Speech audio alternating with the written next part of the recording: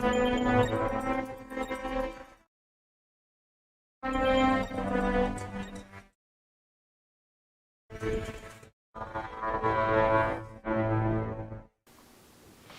everybody and welcome into my latest live broadcast. It's Friday. Happy Friday. It is the 11th of March 2022. I'm your host, Carey Holzman, and today we've got a giant Asus gaming laptop that needs an upgrade. This comes from Marvin. You've already done Marvin's new computer, and he picked that up and then dropped off this laptop. Now this laptop has two M.2 drives as well as a 2.5-inch mechanical drive. And we're going to swap every single one of those out with a 2 terabyte drive each. So he'll have a total of 6 terabytes when we're done. So we've got the 970 Evo Plus, we've got a pair of those here. And then for the 2.5-inch, an 870 QVO, all Samsung, so the Samsung Magician can monitor all 3 drives. Thank you to Peter Laycock, who contributes 50 pounds even before we got started. Hey, Peter, thank you so much as always. He says, good evening, Carey, and everyone in the chat from Edinburgh in Bonnie, Scotland. Cheers, Peter. Thank you so much as always. And Rick Hubbard, joining us from Leicester in the UK, England, says, good evening from Leicester. All right. Well, thank you, Rick, with a 5-pound contribution. We are getting kicked off by our friends in the United Kingdom today. Right on. Now, we'll see how long this takes. I don't know how much data there is on it. Do know that the only drive that needs to be cloned would be your boot drive. Any other drives, you just copy and paste the contents. You don't have to use any cloning software. Only the boot drive would require cloning. And because there's 2 M.2s, I'm not sure which one the machine's booting from. Planet Cryos contributes 99 cents. Thank you, Planet Cryos. Now, he does use this laptop for gaming. It's from around 2015, he tells me. It's quite a number of years old, but it was a pretty high-end machine. And the model is a G752V. G752V. Asus G752V. So you guys can look that up if you're curious what the specs are and when it was released. And then what I'm going to do is I'm going to turn this around so it's upside down. I'm going to face it towards me, and then I'm going to take another camera and try and get a top-down view here. We'll use the wireless camera for that and see if it works out. Roy Starman with a $10 contribution. Thank you, Roy Starman. And James Prezi with a $5 contribution says, thanks for streaming. I hope you have a good Friday. Thank you, James. I hope everybody's having a good Friday. After all, it's Friday. Let's take a look at what I can do here with camera 2. So bear with me for a second as I've got to make some adjustments, which means I'm going to have to put this right in line of the other camera. And I'll put it up as high as I can get it so I can zoom down into it. This is an exercise, let me tell you, trying to figure out how we're going to get the best angle on that. I guess what I'm going to have to do is switch over to that camera. Oh, it probably helps if I turn the wireless broadcaster on. Let's see here. I know there's a power button on it. There it goes. We'll give that just a second to initialize, and then what I'll do is I'll cut over to this camera right here, and then that way you can get a top-down view of what I'm doing with the laptop. David Martinez says hello. Hi, David. Wayne Pierce says hello. Rick Lakes joins us. Hello, Rick. Michael Maggs with a 2-pound contribution says, good evening, Carey, and thanks for all you do. Hey, thank you, Michael. We have a great community here, and thank you for being a part of it. Boojewinda Cat says hello from the Netherlands, and Vern Mahorny says vertically challenged. Hey, my legs reach the floor, don't they? All right, let's see if this thing is initialized yet. Let's try and switch over to I guess that's camera 3 now. Camera 3, does that work? Hey, look at me. All right. Now we're getting somewhere. We can zoom it in a bit. Maybe move it a little this way.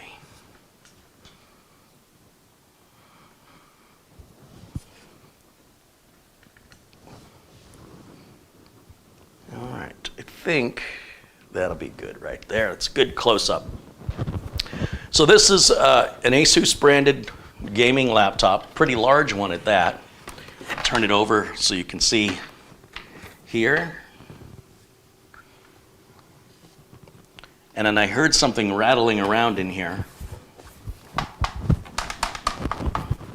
There's something loose inside.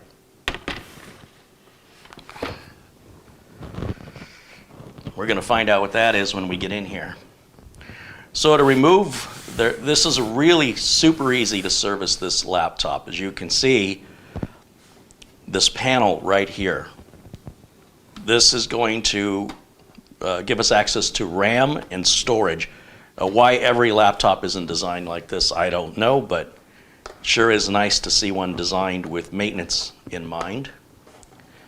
And there's just a little plastic or rubber cover right here that I guess if I had fingernails I could pull up under that, but we'll use just a flat blade driver.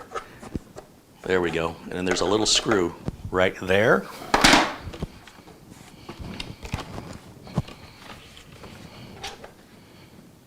So we're going to take that out.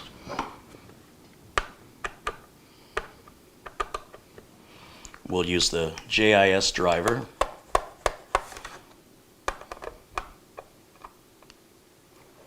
JIS is the Japanese industrial standard. It's kind of like a Philips #1. And sometimes you can make a Philips #1 work, but sometimes not so much. It just seats better into small M.2 screws and laptop screws, which makes sense since they're all made in Japan. With that one screw removed, I should be able to just pull up and remove this cover. And there we have our two M.2 drives underneath this heatsink, our 2.5-inch drive here. The RAM has already been upgraded to 64 gigs. I can already see what's making noise. It is a CMOS battery. You see it moving around in there? It's right there.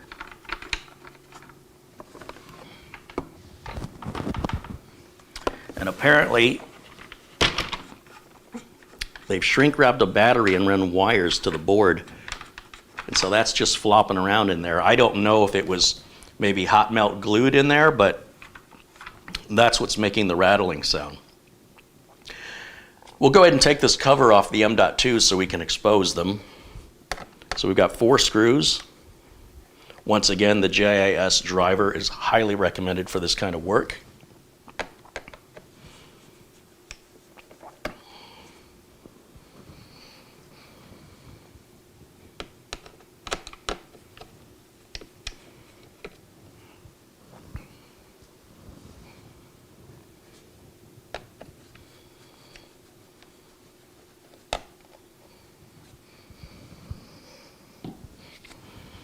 We should be able to pull that right off.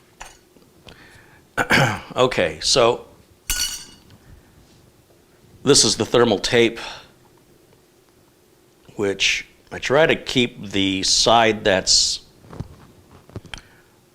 facing the M.2 the same, so we'll just set it back there.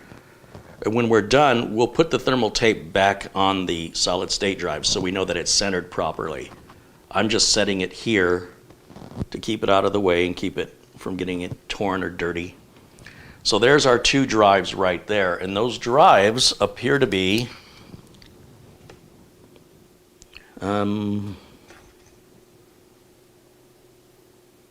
don't see a manufacturer on these. I don't know. Now, I don't know if he's booting from the 2.5-inch drive or this M.2 or that M.2, and I kind of have to figure that out before I know which drive needs to be cloned. As I mentioned, If it's not the boot drive, it doesn't need to be cloned, it just needs to be copied.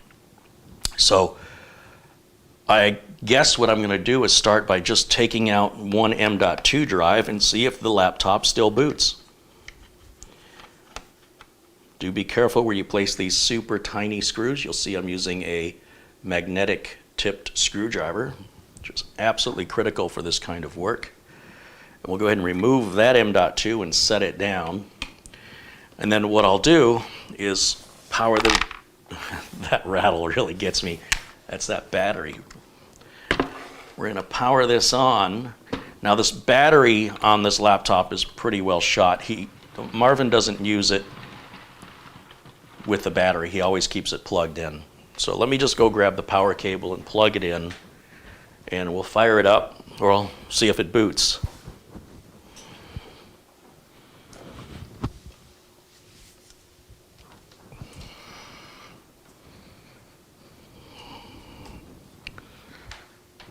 There's power cable.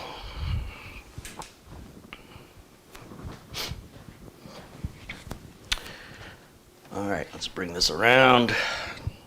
That out of the way. This out of the way. And somewhere around here, there's a power button.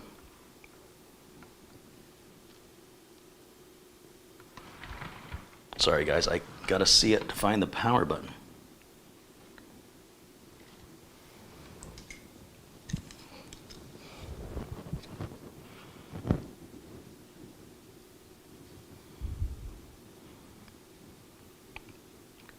Okay, I know it has a power button. Where is the power button on it? So, function keys. Usually it's right across this top row. Oh, it's right up here. It's right molded right into the, it's very easy to overlook that. So we'll just push that. And let's see if we get a boot error. If we get a boot error, then I have removed the boot drive. So whether it boots or it doesn't boot, it's a 50-50 shot, and I'll know which drive is which. I'm assuming he's booting from one of the M.2s. Michael Dane says hello in the chat room. Hey, Michael.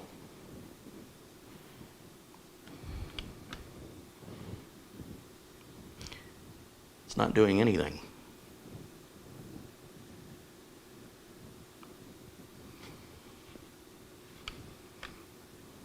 There it goes.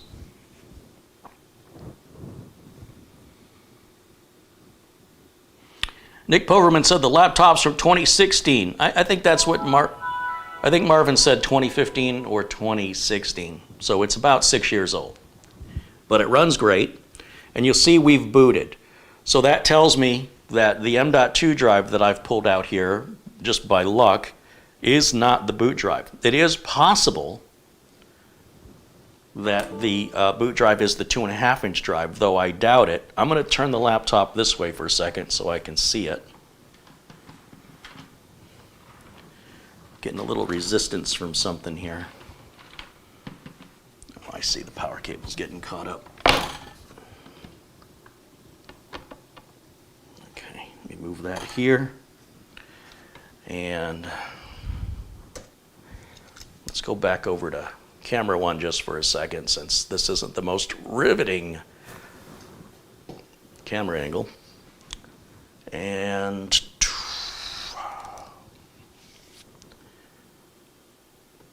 okay, so I just want to see what the boot drive is in this computer. I'm sure it's got to be that other M.2, but I just want to verify it. So the C drive is a 250 gig drive, and the D drive shows it's 500 gigs. And the C drive shows it's almost full. It's got 47.5 gigs free. And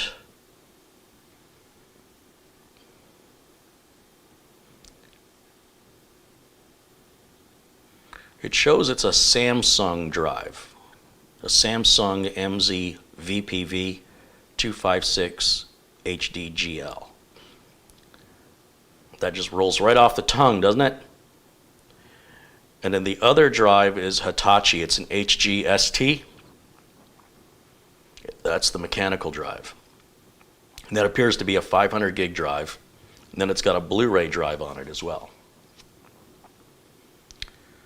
Okay, so having this information, I can kind of show you here what the desktop looks like.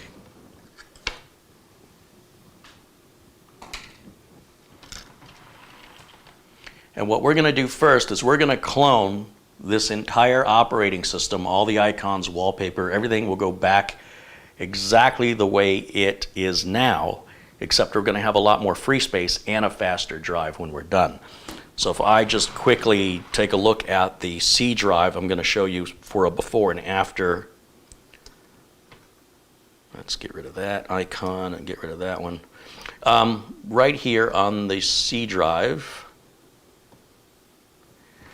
I want you to look at, if you can see it, right here. It shows the drive is almost full. See the long blue line? And that there's only 47 gigs free. So we're going to change that out with a drive that's about 10 times that size, about 8 times the size it's got now. And it's also going to be a lot faster. For the sake of before and after, let's run Crystal Disk Info or Crystal Disk Mark to get a performance reading on this C drive, because not only are we making the drive larger, we're also making it faster. So I'm going to grab Crystal Disk Mark Portable and we're going to copy that over.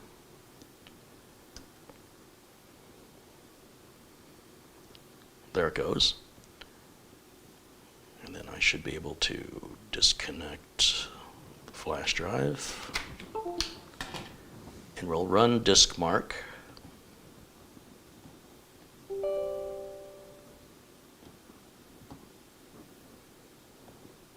It's defaulted to the C drive. And we'll run all the tests. I'll turn that around so you can see it. I might be able to get a better view with that overhead camera right now.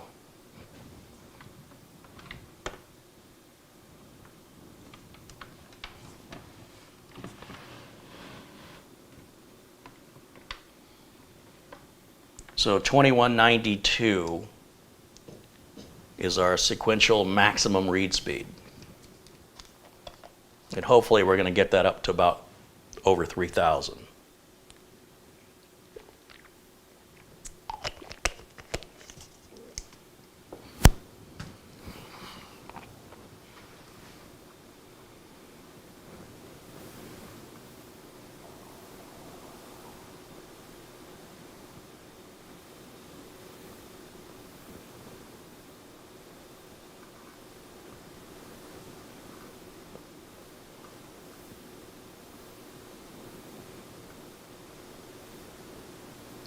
Stephen Kelly says, evening all from Bonnie, Scotland. Welcome in, Stephen. Good to see ya.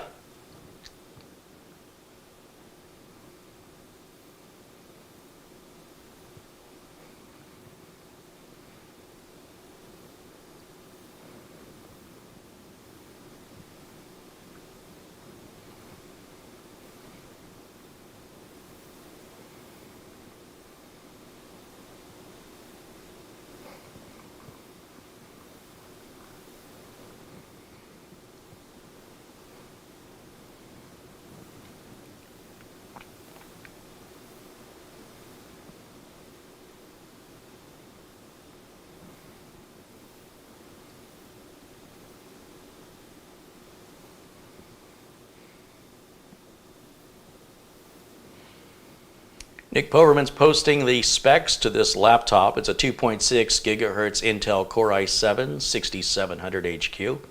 It's a quad core that turbos to 3.5 gigahertz.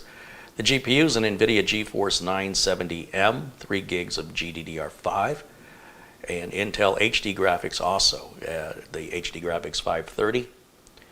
The laptop originally came with 16 gigs of RAM, but Marvin had it upgraded to 64 gigs of RAM.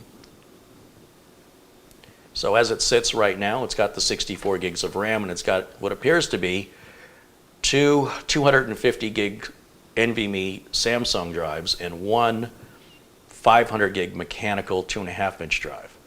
And we're going to replace all of those in this video with 2 terabyte drives across the board for a total of 6 terabytes. 6 terabytes. That ought to keep them busy for a while.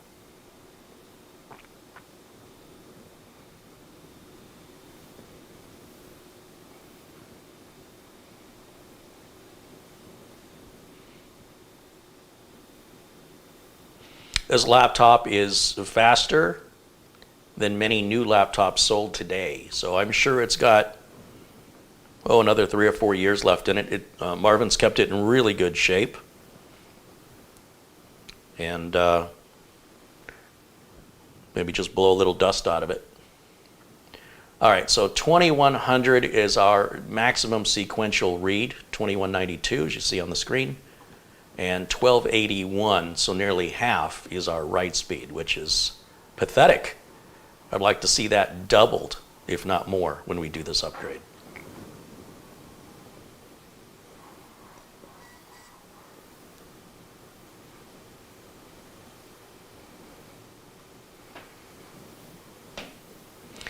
Ian McGregor says, hello folks from rainy Newcastle in the UK, and happy cloning on that beast. Hey Ian, good to see you, and let's make sure you are blue in here, my friend.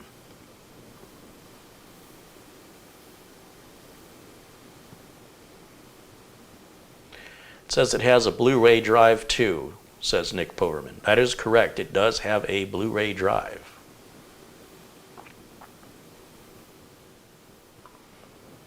Okay, so the test there is completed. And so what I'm going to do is spin this back around. Now that we have a baseline, we know what it was like before with regards to how much space was remaining and what performance numbers we were getting. And I'm going to shut the computer down. And so in just a minute, this is going to power off. There it goes. All the lights around the laptop have turned off. And then I will turn this back over like so. And we can go back to camera 3 there.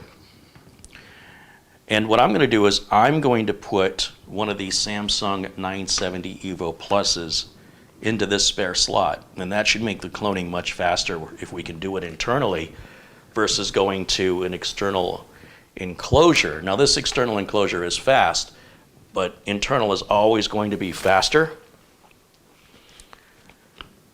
So, to expedite things,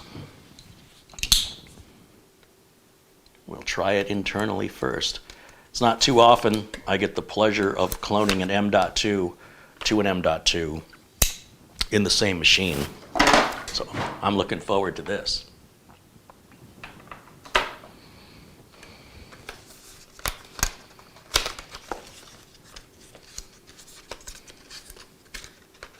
Do we need to disconnect the power cord? Well, I would say for most people, yes. If you're an experienced technician and you understand your liabilities and your consequences, there's not a rule or a law.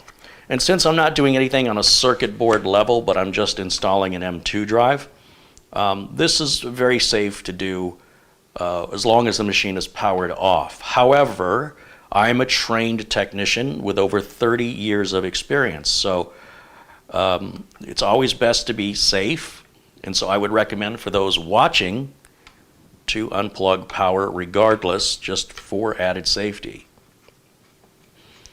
Those of us in the industry, a lot of us know what the safety rules are. We understand why they exist, and then we of course decide accordingly since we are held accountable for our work. If I cause any damage to this customer's laptop, I will owe this customer a new laptop. So if you choose to leave a machine plugged in while you're working on it, understand the risks. Now, with the new drive installed, right, there it is. I want to clone from this one to this one. So what we'll do is we're going to turn this back over.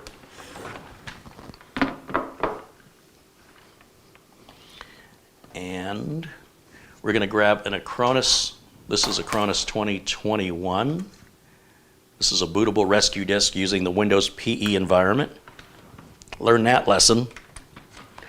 plug that in, and we'll turn the laptop back on. And I don't know what key. I think on Asus laptops, is it F8 to get to the boot menu? I think it's F8. And apparently I missed it. So bear with me here for a second. And we will get this thing to boot up to the Acronis rescue disk.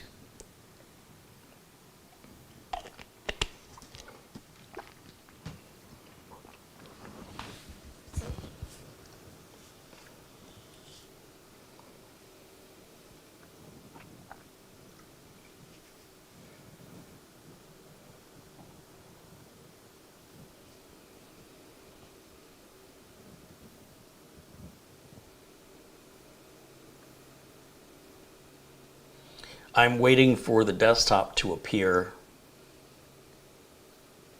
and then what I'll probably do is just go into the control panel and tell it to boot off of the flash drive rather than trying to press a function key at the right time. So hopefully that will appear here shortly.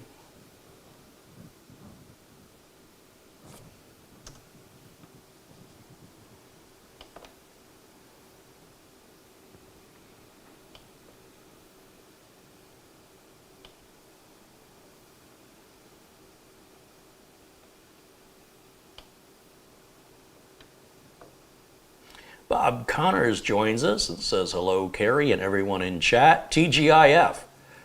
Hey, Bob, welcome in.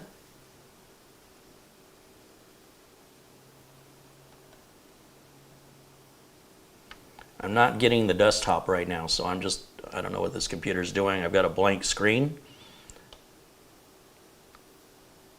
So I'm going to try turning it off and back on again.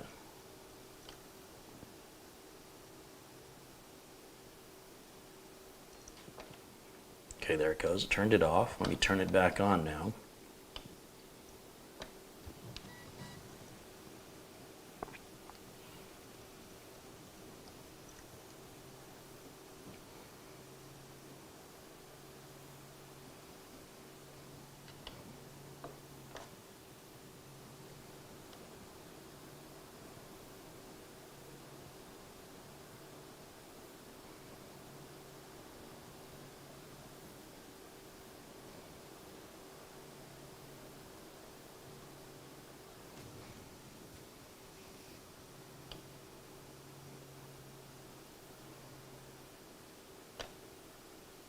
Okay, there it goes. Let's see if I can get it to boot to the SanDisk. Hopefully that'll work.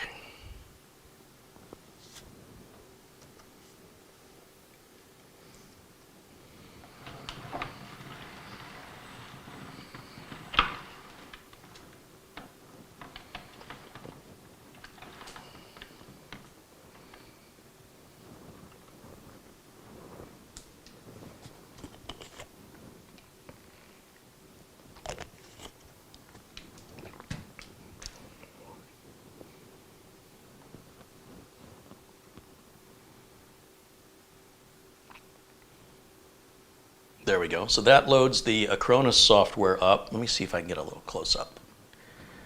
How can we do this? I'm going to try and get you a better view.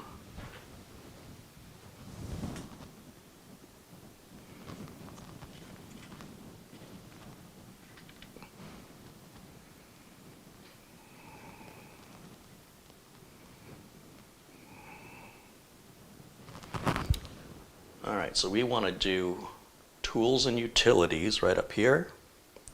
And we're going to go to Clone Disk. Automatic is the default. Hit Next. We want to go from this 238.5 gig Samsung. That's our source. And hit Next.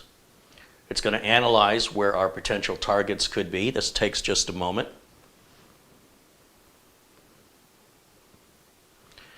And this one that says not initialized, this is our new Samsung 970 EVO 2 terabyte. That will be our new target. Hit next.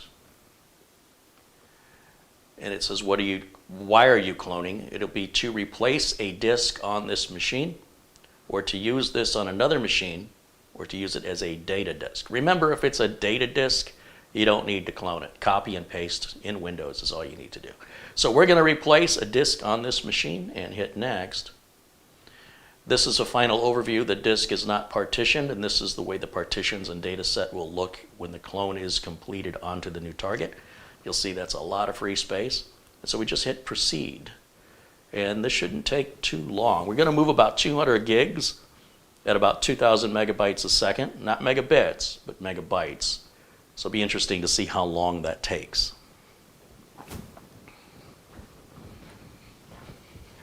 While we're waiting, if folks have any questions for me, I'd be happy to address them here in the chat room.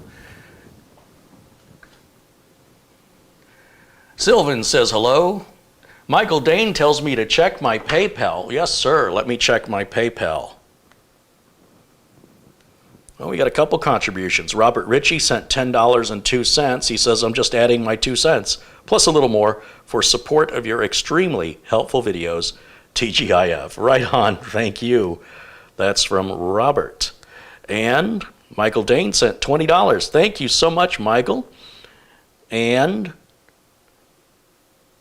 there's a $1 Amazon gift card that says, hi, Carey, another quick buck for the kitty. Cheers from Phil. Thank you, Phil, and thank you to Michael and to Robert. You guys rock. Appreciate you.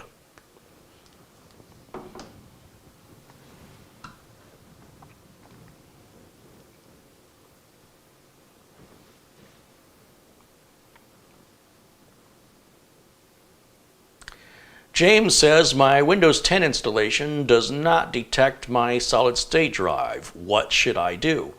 Well, I suppose the first thing I would check is to make sure the solid-state drive appears in your BIOS. The second thing that I would do is to make sure the BIOS is set to AHCI, that you're not in a RAID configuration. And if you have the Intel RST enabled, I would disable it. So it would be all in your BIOS that you want to look for that. Almar says, hello, I'm from Sarawak, Malaysia. Welcome in, Almar.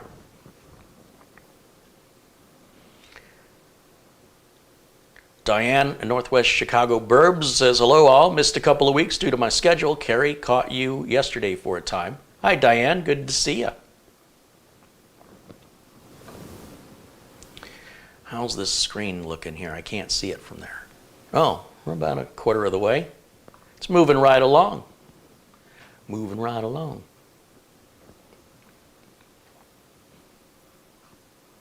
You have my attention in the chat room now. I wasn't looking earlier, so if you have a question for me, please ask it in the chat room now. Ivan and Joe ask, hello, Carey, can I find the video you did on CCleaner? Just go to YouTube and then search Carey Holzman space CCleaner, and it should take you right to that video. I do not recommend CCleaner anymore, but if you want to watch that video, it's still out there. DJ Noah says, hello from Arizona.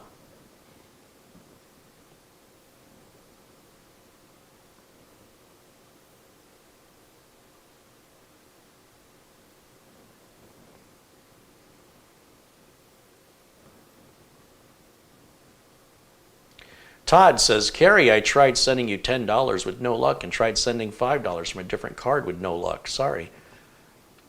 Well, I'm sorry, Todd, but hey, it's the thought that counts. I appreciate you gave it a shot.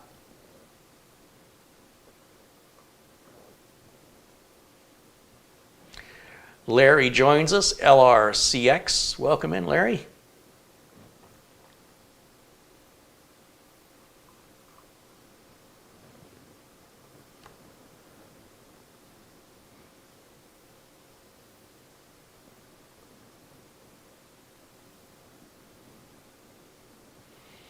What do I recommend instead of CCleaner? Just use the Windows storage settings. Just type in the word storage down in that little corner there by your start menu, and the option for storage settings appears. And then just go ahead and click to configure it and then choose what you want it to remove. You can also just go old school and right click on your C drive, go to properties and do disk cleanup, and also choose to clean system files. Check all the boxes and click OK. I would not recommend getting into the registry and doing anything with any registry cleanup. It makes no difference in performance or reliability. It's just a waste of time, and advise against it. Bob R. said payments are not working. Oh, I guess there's a few people having some issues with that. Well, you can always do the Amazon gift card. I always appreciate those, and the link to do so is in the video notes below this video. You know, YouTube takes 30% of any super chat contribution, and then the government wants about 30% of that. So a quick math on how much I'm receiving is about 50% of whatever you give in super chat. If you were to give the same amount using an Amazon gift card, I get 100% of it. And if you use PayPal, PayPal takes 3%. So the worst choice is super chat as far as, you know, how much of it I see, as well as the delay. It's 30 to 60 days after super chat contributions are made before YouTube forwards that on to me. But I appreciate any and all contributions and support, even kind words and sharing videos. All of that is appreciated. I appreciate kindness. So thank you guys. Larry wants to know, do I need to do the upgrade to the Acronis I bought for 3 computers over a year ago? They took another $70 this year and said they have a mandatory update. Well, I think you've answered your own question, Larry. If it's a mandatory update, I don't think you have a choice, but I don't know why you wouldn't want to, especially if you've already paid it. I'm looking into the version of Acronis that doesn't have any antivirus in it, and they're going to send it to me so I can evaluate it. And if I like it, I'll see if we can work another deal with Acronis. And if I don't like it, I'll be silent about the matter. But that'll be coming up here. I should know something in the next 4 weeks. Is the laptop done? It does appear to be finished. Thank you for letting me know that, Newt. Yeah, looks like we're all finished here. So what we do now is, I'm just going to click OK here, and I can close this. It doesn't really matter at this point. I can hold the power button down until the laptop turns off, and you'll see that red light. Power button will go off. We're powered off. So the next thing I do, now that we're powered off, is I'm going to turn the laptop upside down again. We're going to grab the Acronis rescue disk that we've made here. And if you want to know more about Acronis, just search my, let's go to YouTube, type in Carey Holzman with the word Acronis. This thing isn't going to focus, but anyway, let me just set that aside for right now. And then we'll turn this laptop, oh, it's heavy, back over. Now, I don't really think it matters which drive, which M.2 drive is in which slot. It'll probably go ahead and boot off of this slot as easily as it'll boot off of this one. However, I have OCD. And for me, I'm going to move this drive to this position, and this one we're going to take out. So let's do that right quick.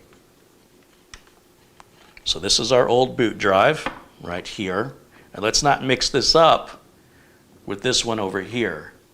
So what I'm going to do, since I know this, we're done with this one, I'm going to put it way over there.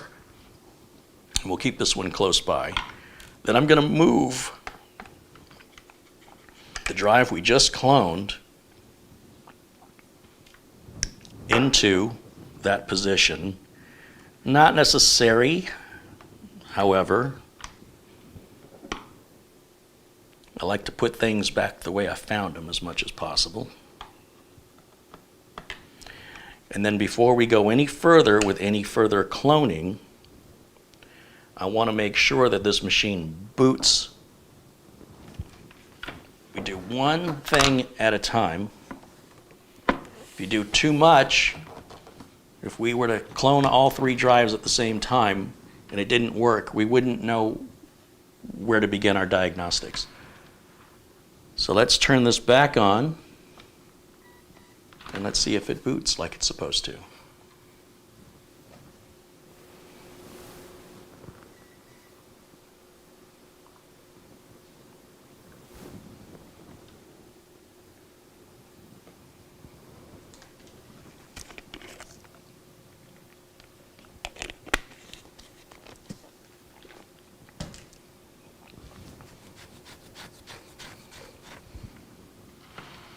For some reason,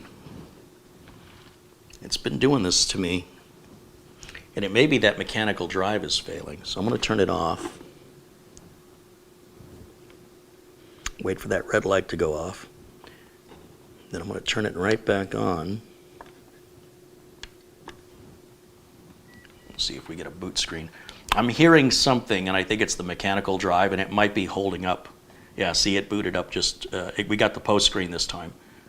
So I think that he's brought this laptop in just in time. I suspect when we get that mechanical drive pulled out, that it's going to boot instantly every time.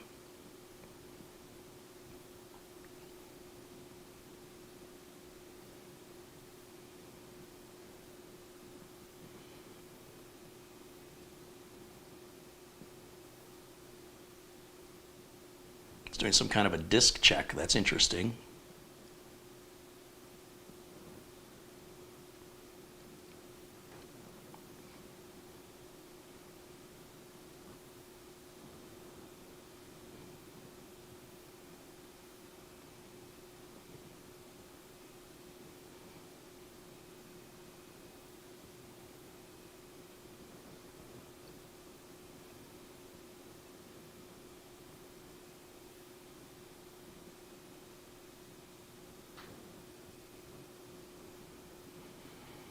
Braden R. says, good afternoon, Mr. Holzman. Loving the frequent live streams. Thank you, Braden. Thanks for hanging out with us today.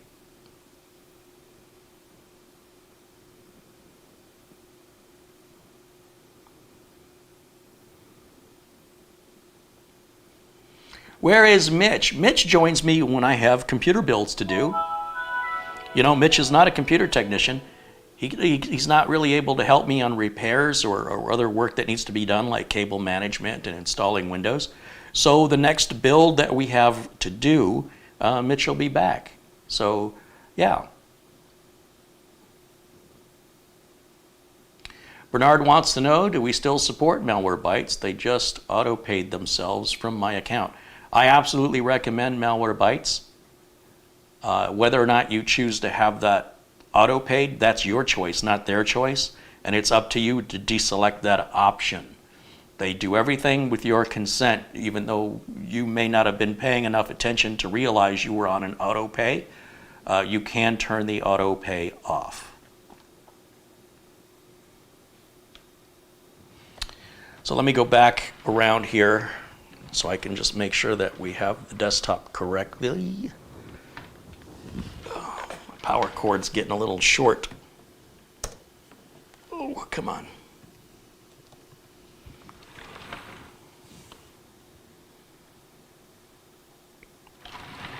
See, looks exactly the same as it did before. Let's see if I can get you a better view.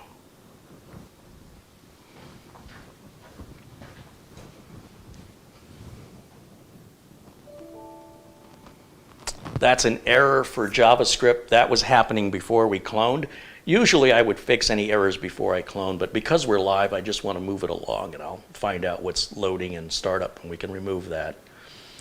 And let's go to the Windows Explorer here and take a look at the C drive now. Much more space available.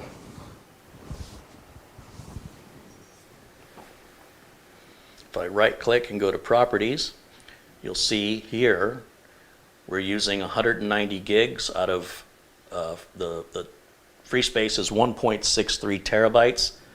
Total space is 1.81 terabytes. I'm going to hit Cancel on this, and then I'm going to run Crystal Disk Mark and see what sort of performance numbers we get out of the Samsung drive. Now, I still have the Samsung NVMe driver and Magician software to install. So we're doing this a bit prematurely, though I don't think that will make any difference. And we'll run all tests so we get an accurate comparison from where it was to where it is now. And so while that runs, again, if you have any questions for me, you can go ahead and ask those in the chat, and I'll do my best to provide you guys some answers.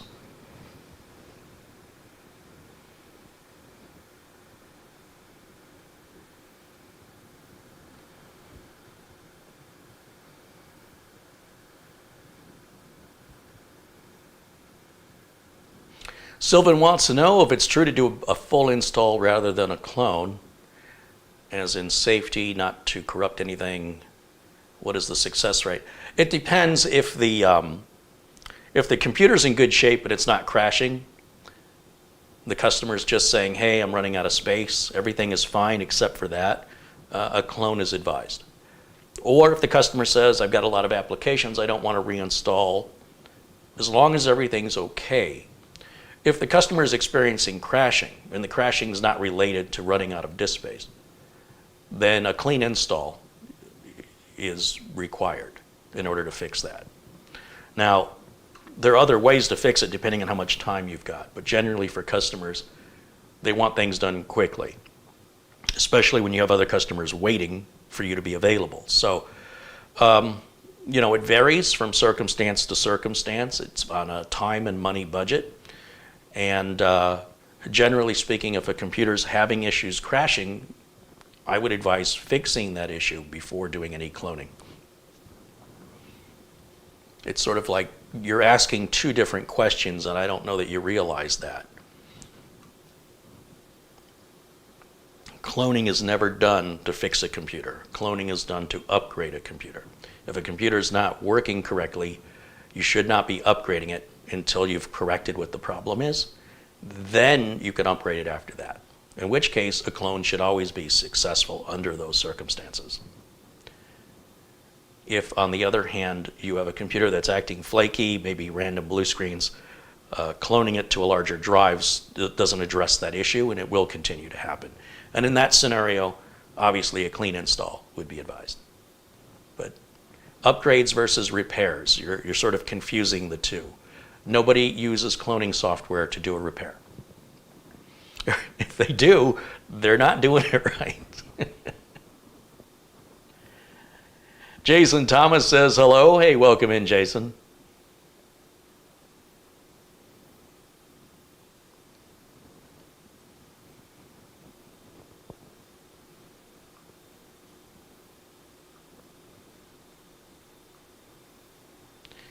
Luke Greenia joins us. Hey, Luke. Hey, there's Mitch Morrison in the chat with his dad joke for the day, which is, what do you call a dog who can tell the time? A watchdog. Ba-dum-bum. There you go. Thanks, Mitch. Ron says, someday I'll just show up at the house and start fixing computers. I'll tell you what, Ron, I am kicking butt right now. Give me another 3 or 4 weeks and there won't be anything left to fix if I keep going. Unless my energy drops, man, I've got a mission. I am a man on a mission. Now, look at our performance numbers now. Take a look. We were at around 2,200. Now we're at, what, 33? And we were at, what, 1,200? And now we're at 3,100 just by replacing the solid-state drive. So not only did we make the drive larger, much, much larger, but we also made it much, much faster. Bob Connor said I made my late fee via PayPal. Thank you, Bob.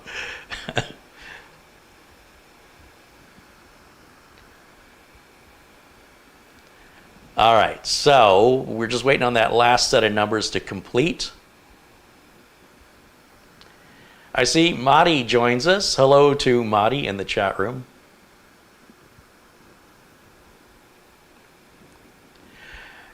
Ivan and Joe want to know if using the Samsung Magician software has any value after the clone.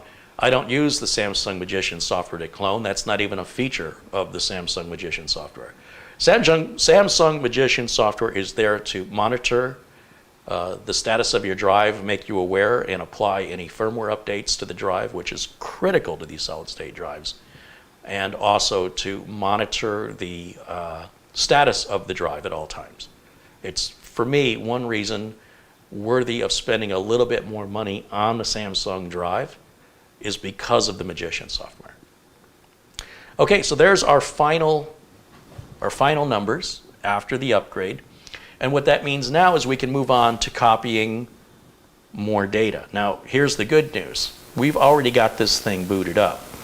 So all I have to do is, I'm not going to deal with the other M.2 drive right now. I'm going to work on the 2.5-inch drive because that's installed and we have it here, and we're going to do that as a copy. We don't have to clone anything other than the operating system drive. Any other drives, copy and paste in Windows is all you need to do. If you do a clone of a data drive, you're working way harder than you have to, in my opinion. So now this is sort of a budget line Samsung drive. You can get 2 terabytes under $200. It's a great deal. Anytime you can get a solid state drive, whether it's a 2.5-inch drive or an M.2 drive, and you can get it for under $100 per terabyte right now in March of 2022. So that's a good deal.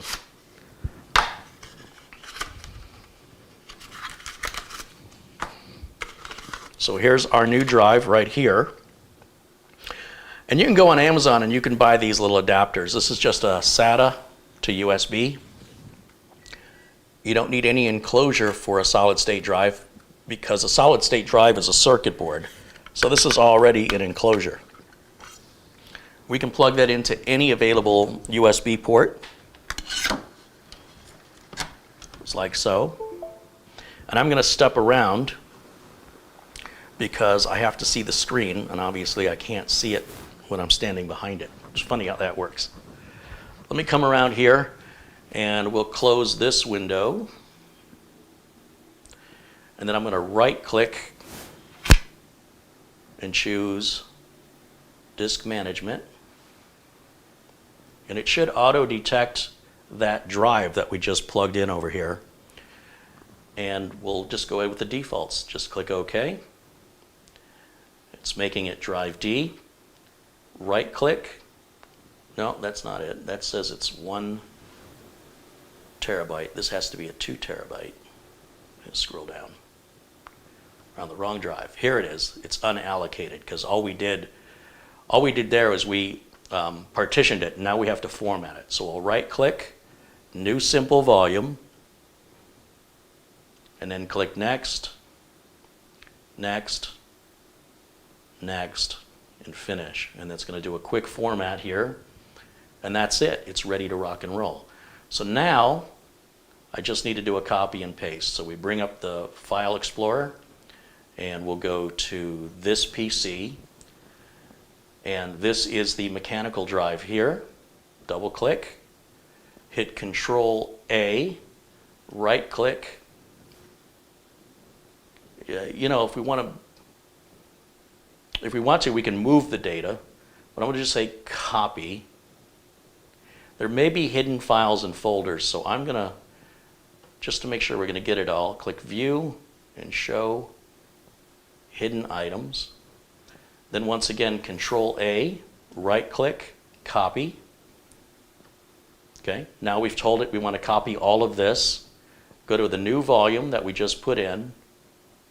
I don't know why there's a shortcut there. I must have dragged something by mistake, so we're going to delete that. And then I'm just going to go to the Home up here, choose Home, and paste. And now we're going to copy everything off of that the mechanical drive to the solid state drive over here.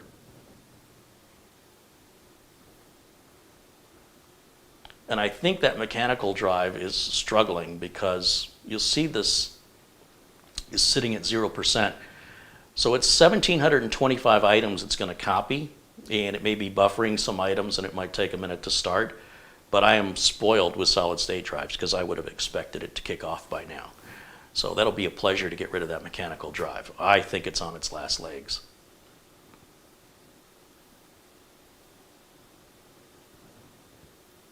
Yeah, it's still figuring out time remaining. It's going to move 41.4 gigs. And so again, while this is occurring, I'm happy to address any questions while we wait for this portion of the process to complete.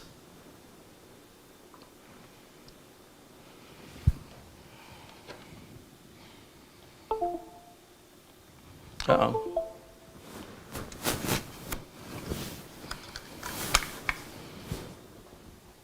I might have accidentally disconnected the USB drive when I'm moving stuff around. Let me say try again. Nope. Let me do it again. Back over to the D drive on this. Control A. Right click, copy. And back to this PC. Select, oh, the drive disconnected entirely. Try that again.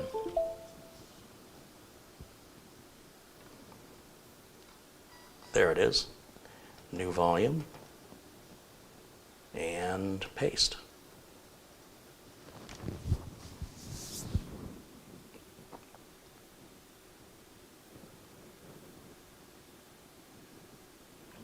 I think that mechanical drive is failing, but we're going to just go ahead and let that run and see where it takes us.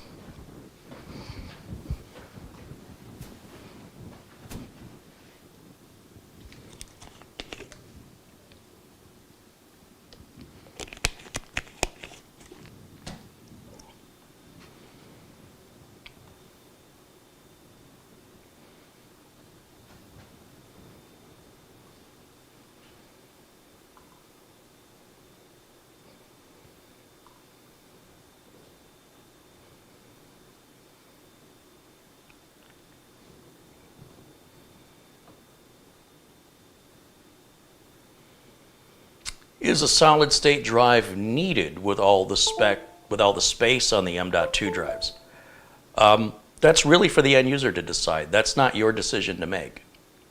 What you need isn't necessarily what somebody else needs, and having a little consideration and thoughtfulness towards other people's needs has absolutely no requirement of your approval or your understanding. As a computer technician, my job is to provide the customers with what they want. It's not for me to determine if that's what they need, unless they ask me. So that would be consulting. Now, this gentleman is doing a lot of gaming, and these games on Steam take up a lot of space. It's certainly understandable why somebody would want 6 terabytes if you're playing games on Steam. Let me see what's happening with this laptop here. We keep getting disconnected. Try a different spot here. See if we have any better luck. Cancel that.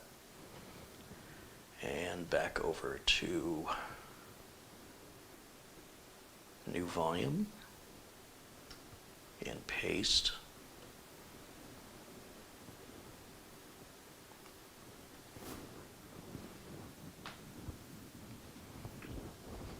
I get very disappointed when people don't consider the needs of others, and what you need and what somebody else needs are two very different things. And so if I'm working on a computer for you, well, I would understand any concerns you might have. But when I'm working on a computer for somebody else, they have the ability to speak. If there's something they want or they don't need you to speak for them. It's very insulting. It's also possible that a customer doesn't need anything. It's possible a customer simply wants it. Sometimes purchases are emotional decisions and not logical ones, and that's not for me to police that. It's for me to provide a service. So, yeah, even going down that road, we disconnected again. Even going down that road, in my opinion, it's just a road you shouldn't be going down. If you have questions, of course, you're always free to ask those questions, but understanding what the customer's needs, budget, requirements are would be first the information you'd have to have before you would conclude whether something was unnecessary. Now, what I'm going to do, I don't know why this keeps disconnecting. I'm going to try moving this over to the other side just to see if I have any better luck over here. And we're going to try one more time. I'm not exactly sure if the issue is USB related, connector related. I'm going to try this again. It's a very unusual situation here. There's only one SATA port on this laptop. So what I can do to get around this, I'll show you in a minute. If this fails, there's an alternative way we can accomplish this. This is very unusual. The odds of you encountering something similar, pretty low. But basically what I can do is make a folder on the new drive we just installed because it's got so much free space. And in that new folder, I can put all the contents of this mechanical drive. Then we don't deal with USB. Then I can put the new solid-state drive in and copy the contents of that folder back over and not use USB at all. Probably be faster that way since we're doing everything internally. However, this would be sort of the standard practice of moving data when you're at a customer's location. And there goes USB again. So there's something very, very strange happening there. So yeah, that's what I'm going to do. I'm going to go ahead and unplug this for right now. And we're going to copy the contents of that mechanical drive over to a new folder on the new drive we just put in because we easily have room for it. And it'll expedite this process. Now, you'll see I only deal with one problem at a time. Don't get fixated on trying to figure out what's causing USB issues, or if you even have a USB issue problem, or it's an adapter problem, or if we have a drive problem, you won't get any work done. So the first thing we have to do is take the contents of this D drive. Once again, I'm going to highlight them all and then copy. Then I'm going to go over here to the C drive and I'm going to make a new folder. And I'm going to call it Drive D. And then I'm going to paste everything on that mechanical drive to the folder on the C drive. And it's only going to take about 5 or 6 minutes. And that's a much faster way than going through USB. And it's a much faster way than trying to figure out what's going on with that USB port. We'll deal with that later down the road. I didn't have any issues with the flash drive connected to the USB when we loaded Acronis. So I imagine it's either the adapter or something, I don't know. I have different adapters I can try. I'm not too worried about it.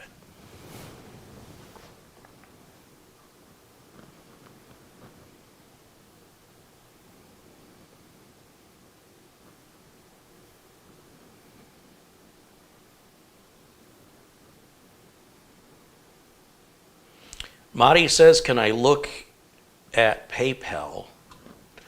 Well, if anything's sent via PayPal, I get an email. Let's see. Oh yeah, Madi, it shows you sent $100. Thank you, Madi. And Rick Hubbard sent 25 cents. Okay, and then, oh, Peter Laycock also contributed, and he said, here's for tonight's show, your friend Peter. Thank you, Peter. And thank you, Rick. He says, this is for the live streams I missed while in hospital. I don't think he meant to send 25 cents. And Bob Counters there with a $10 contribution. He said, I had to add my late fee this way since Super Chat seems to be broken in chat. Well, thanks to all of you, and thank you, Madi, a very generous contribution. That did go through. Thank you very much.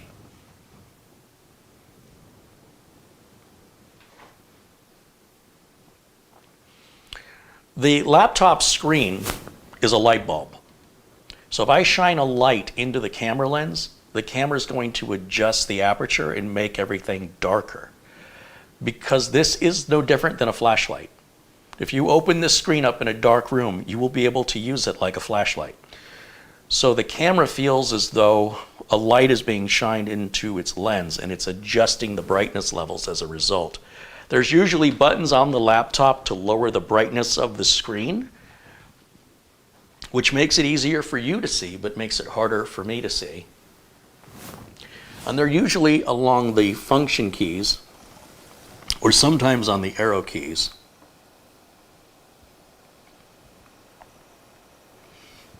And it's not immediately sticking out where those are, but I'd have to grab my glasses to look. If I lower the brightness down, then the camera won't behave like a flashlight is shining in it.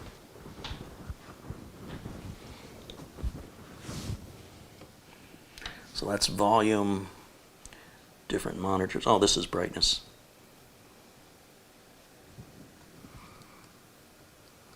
Oh, the brightness was all the way up.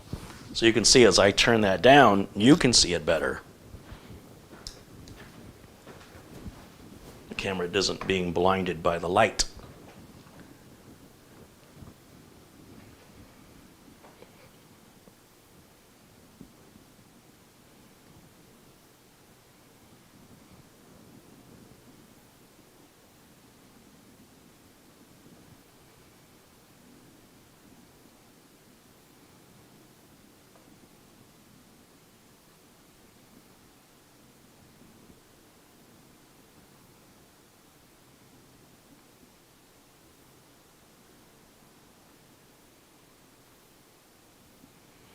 OG Gaming says, Carey, when you work on my PC, you put an M.2 that was 2 terabytes. I have a total of 4 terabytes, and I like to have more. Well, that's nothing money can't fix. 8 terabyte drives are available for around $1,100, $1,200. Or you can put a couple of 4 terabytes in, and those run about $600 a piece.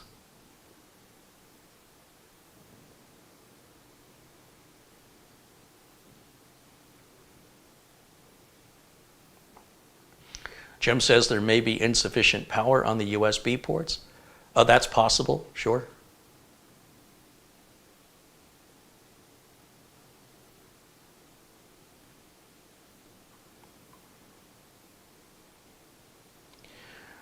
Louise wants to know, Carey, would you recommend a Ryzen 4700G with Vega 8 or Radeon 5000 series GPU for reasons of performance and cost of GPU prices these days? My most demanding game was released in 2019. I don't know the answer to that without knowing precisely what game you're playing, at what resolution, and what features and bells and whistles you're turning on, and what you're expecting, and what your budget is. In general, all parts are good for the right person. There's no such thing as a bad processor or a bad GPU when it's purchased brand new and it's working. It's just they're based on price and performance to meet the needs of how the computer is going to be used. So questions like that I cannot answer because I don't know you. At the end of the day, it'll be up to you to make that decision.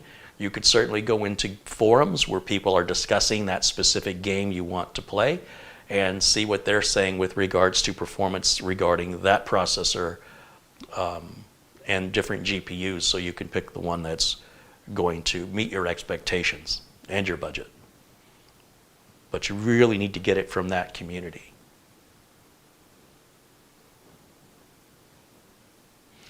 Looks like our copy is finished, so let me come back around here.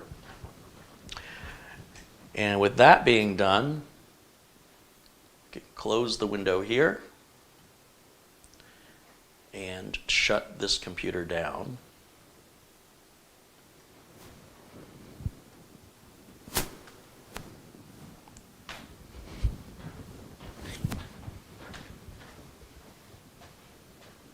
Then I'll wait for that to power off. There it goes. And now this mechanical drive can come out.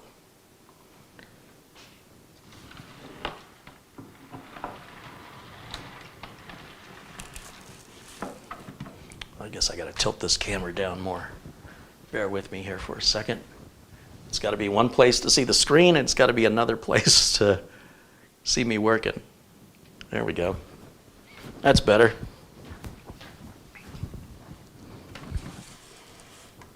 So this is our 2.5-inch mechanical drive here. And I'm going to move this M.2 screw so I don't lose it. And I'm going to get my glasses out so as I can see. We have 4 screws that hold this drive caddy in. 1.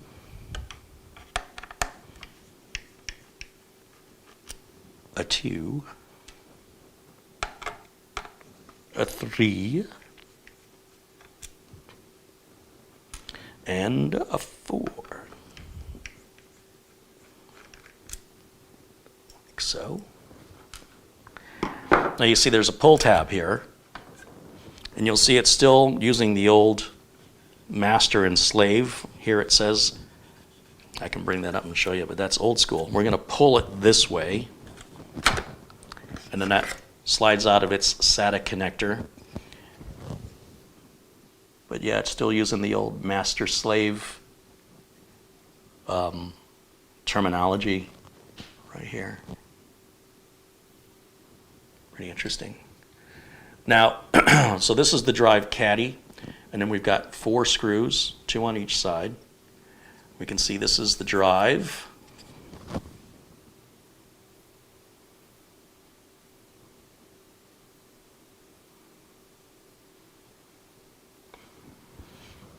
And so let's go ahead and take these screws out.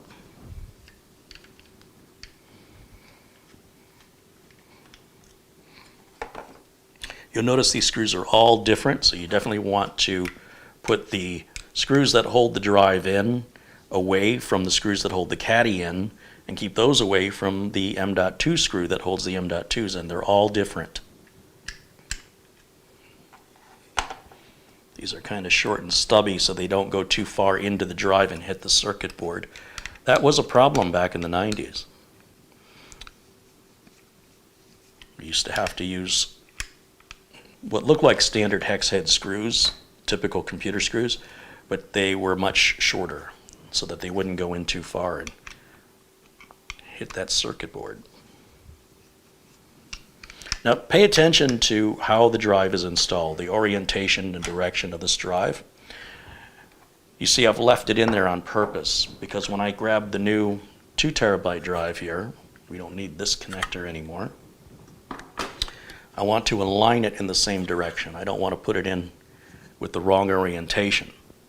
So it looks to me that the SATA connectors face down, and this is critical because this has to align to plug in here. Too high or too low, it won't work. If it's upside down or the other way around, it won't work. So we're going to align the exact orientation, but lift that straight up. Wipe any dust out of there while we've got it open. And then just put this in the same orientation, and it should just automatically line up with the screw holes, and we'll put the screws right back in it. Now these screws don't have to go in the exact hole they came out of, but just use the same screws that held the mechanical drive in to hold the solid state drive in. As long as we're using the right screws, it doesn't matter what order we put them in.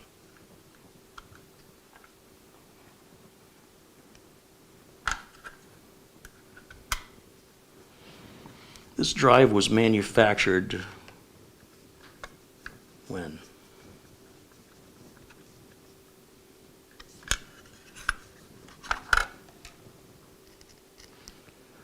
It says it's a 1 terabyte, 7200 RPM.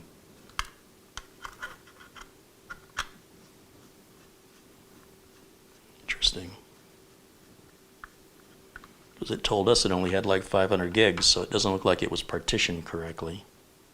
Unless it has a hidden partition on it. Either way, good riddance.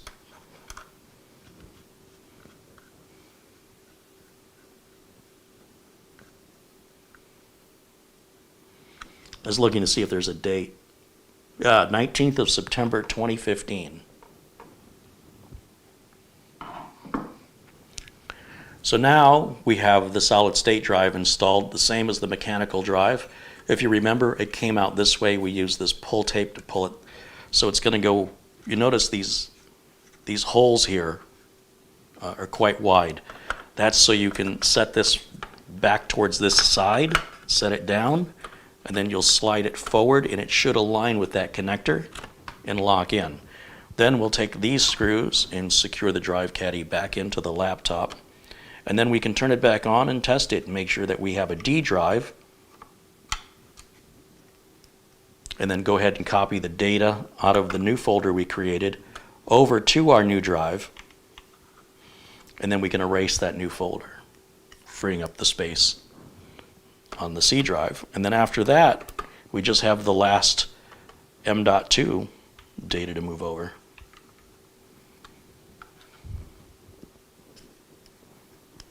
But we do one thing at a time to ensure each step of the way things are working. If you do more than one thing at a time and things don't work, your diagnostic is going to be very time consuming and difficult because of all the possibilities and variables that you just created for yourself by trying to go faster. It could slow you down by up to 10 times doing it that way, unless you get lucky. Okay, we're going to turn this back on and hopefully we get the post screen right away. Since that mechanical drive is out, it's not going to hold us up anymore. Let's see if I can back this camera off a little bit more. There we go. There we go.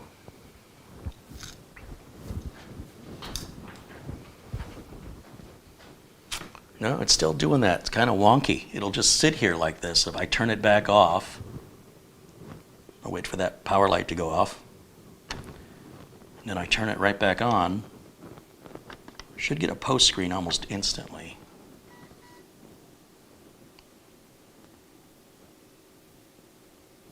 Nothing's happening.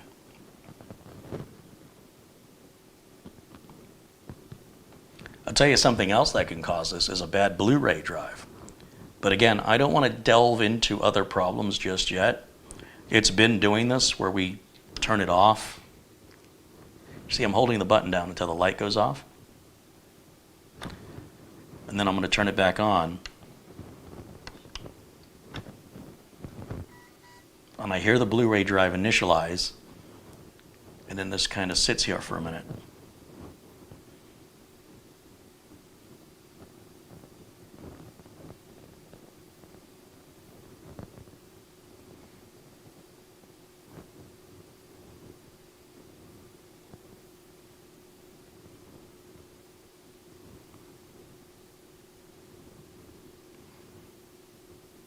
We are not booting up. Back off again. Oh, there it goes. Something's causing that delay. I'll look into that a little later. My first concern is that we have all the drives upgraded and the data transferred over, that everything's migrated properly, and then we can move forward with other things, whether we look into the USB issues, if there even is any issues, and see if the Blu-ray drive, if we take that out, we might be able to see if the boot issues are related to that Blu-ray drive. It's possible.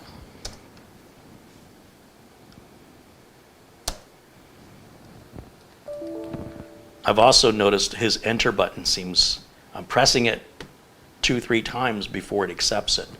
So it's almost like it's sticking, or the button underneath of it is not making a full connection anymore. And that could be due to buildup. But let me bring this back around for you guys. We'll go back to camera 3. And let me step around here so I can see. So I'm going to go to this yellow folder. I'm going to go to the C drive. I created a folder called Drive D. Right here. Control A, right click, copy. And then I'm going to go to our new drive.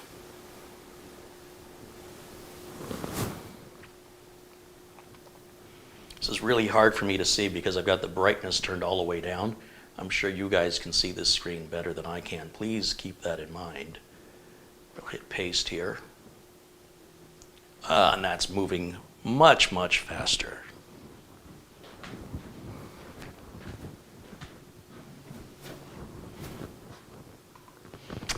All right, any other questions for me in the chat room?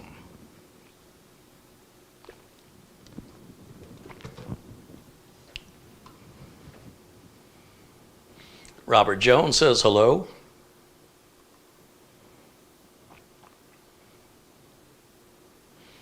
Adam Jett says, Carey, I upgraded my desktop to a Samsung 970 EVO Plus 500 gig from a 2.5-inch 256 gig, and the boot times are a lot faster. Yeah, I imagine they would be.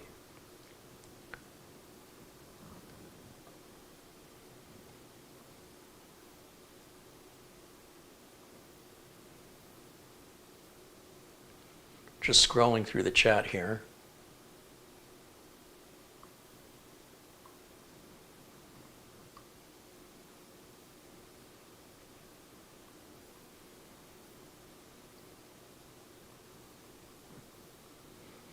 David Herzog says, great show, as I always learn a lot with every live stream you do, and thank you for sharing all of your knowledge. Well, thanks for hanging out with us, David. Glad you appreciate what I do.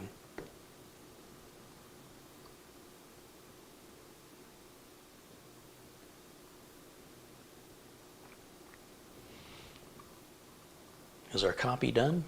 How's it doing over there? I gotta come back around to look. Let's see. We'll replace files in the destination. There we go. So with that done, I'm going to delete the drive D folder off of the C drive that I made because I don't need the duplication of the data. That redundancy is only going to cause confusion, so right click and delete. All right. We can also empty the recycle bin if it's, yeah, right here. We'll empty that. Okay. All of that works great, so we're going to shut it back down. There's shutdown. And we can do the final M.2, and I think I'm going to do the same process. Rather than risk doing it through USB with those weird disconnects, I'm just going to take the original, I think this was his D drive. We're going to make a folder on the C drive, and we're going to copy the contents of this into the folder. We'll put the new drive in, partition and format it, and then copy the contents back. And then it's good to go. Let me close this up, turn this back around. I don't know that there's much I can do about that BIOS battery, given that the entire laptop has to come apart. Certainly not something I'm going to do on this stream, and it doesn't seem to be hurting anything. More than likely, something that held that in place has broken free, but it's still connected and it's still doing what it's supposed to do. So Marvin tells me this laptop mostly just sits. It's always plugged in. He never uses it on battery. So I don't think that's of any great concern.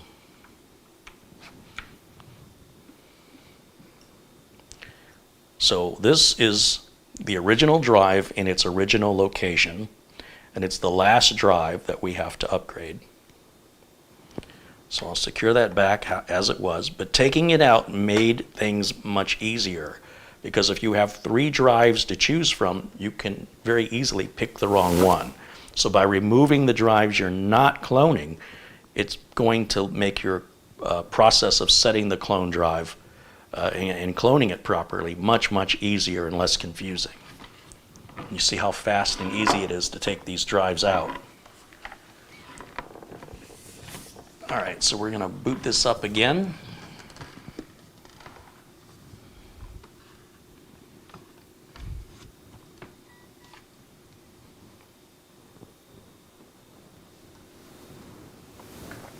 Les Stevenson says, Carey, I enjoy your broadcasts. I learn a lot from them. Thanks for your time explaining them. Well, thanks, Les.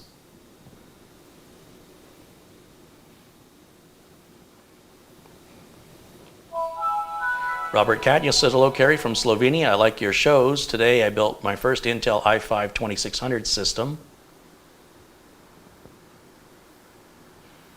After 4 systems of Ryzen 7 5700G, and I'm impressed. Well, right on.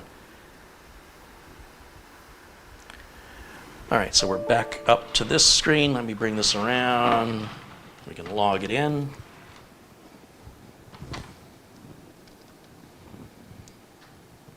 Okay. Whew, that desktop comes up fast now. Let me step back around here.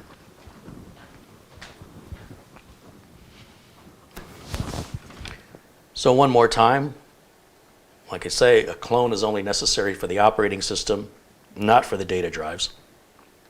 So a copy and paste is all we have to do, and we just need to make a temporary holding area.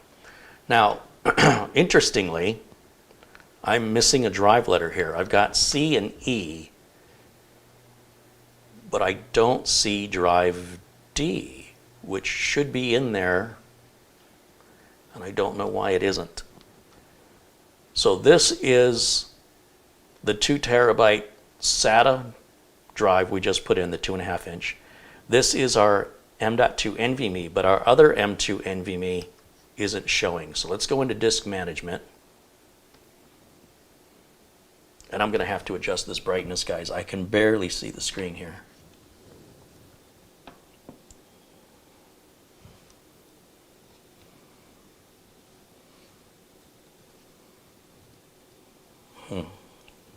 Where's the button?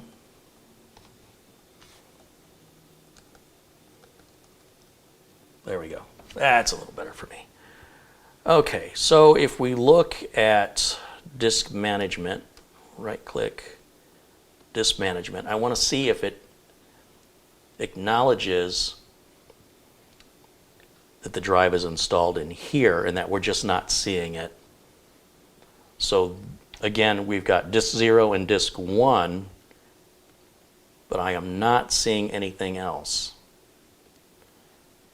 Well, that's a little concerning. So let me go ahead and shut it off and then reseat it, and we're going to try this one more time. I'm going to shut down.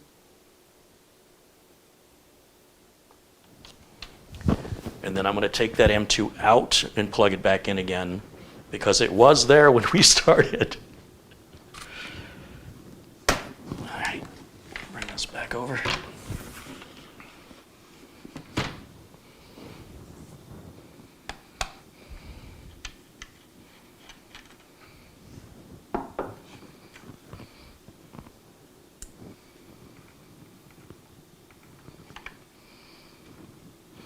We'll give this one more try. If this doesn't work, I'm going to put it in the USB enclosure and check it. It feels fine. There's nothing indicating to me that it's not seating correctly.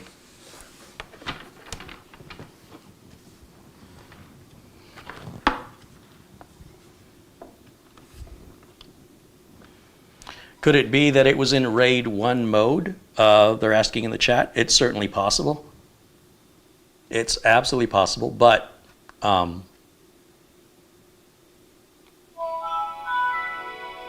let's have it boot up here.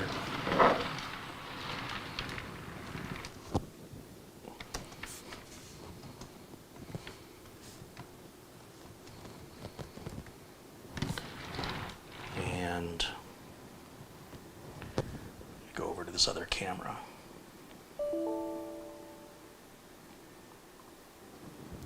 All right, let's see what we have going on here. Yeah, it's still not appearing. So let's take a look in the BIOS.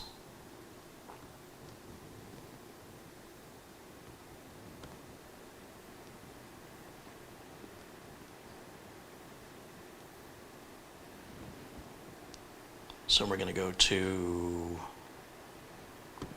recovery, restart now for advanced startup, and then I'll have it go right into the BIOS on the next reboot, so I don't have to worry about hitting the F2 button at the right moment.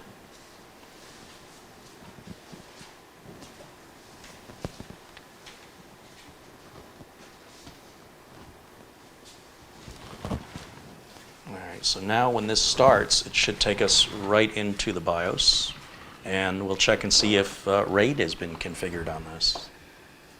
A lot of times if RAID is configured, Acronis won't even see the drive, but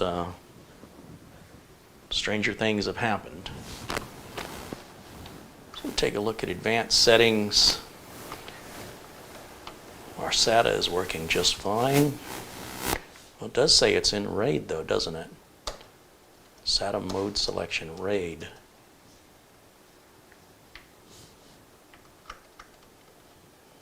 Why isn't it letting me select anything? Nothing is moving. Let's go back. SATA configuration. Oh, that's where I just was, huh?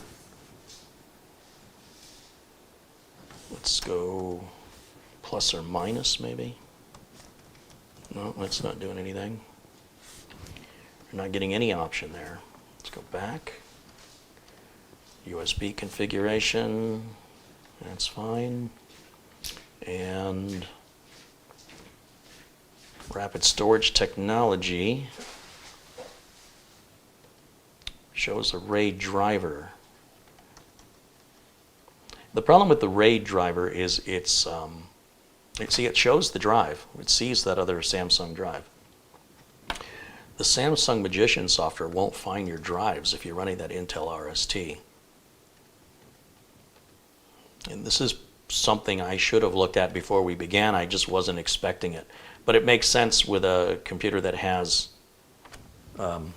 this many drives that they would put it in a RAID configuration. But it's not letting me take it out of RAID, which is interesting. Very interesting.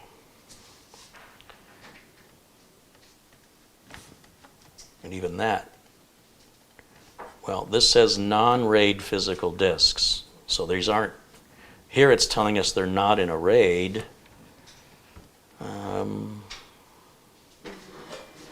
I don't see fast boots disabled, CSM, boot option priorities, security, and save and exit.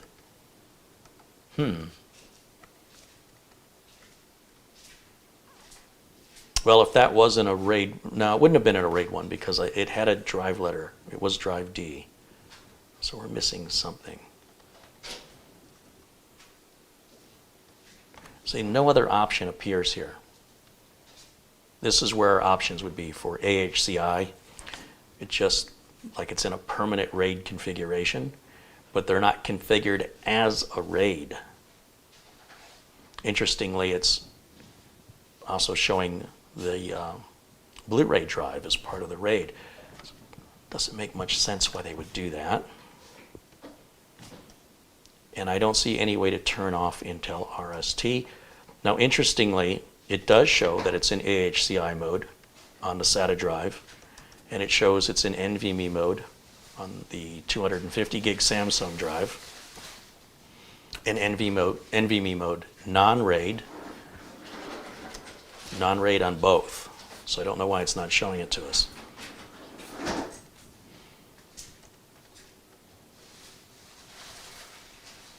Not much we can change in the BIOS on this. And there may be a new BIOS available. And we'll save configuration and exit.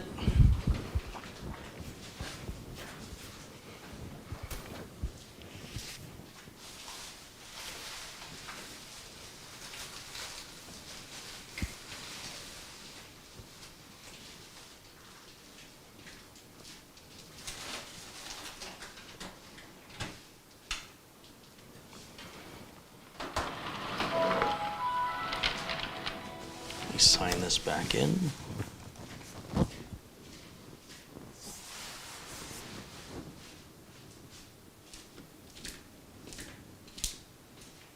And interestingly, the drive D now appears. So I'm going to go ahead and grab it while it's showing up. We're just going to hit Control C to copy all the contents and then make a temporary folder.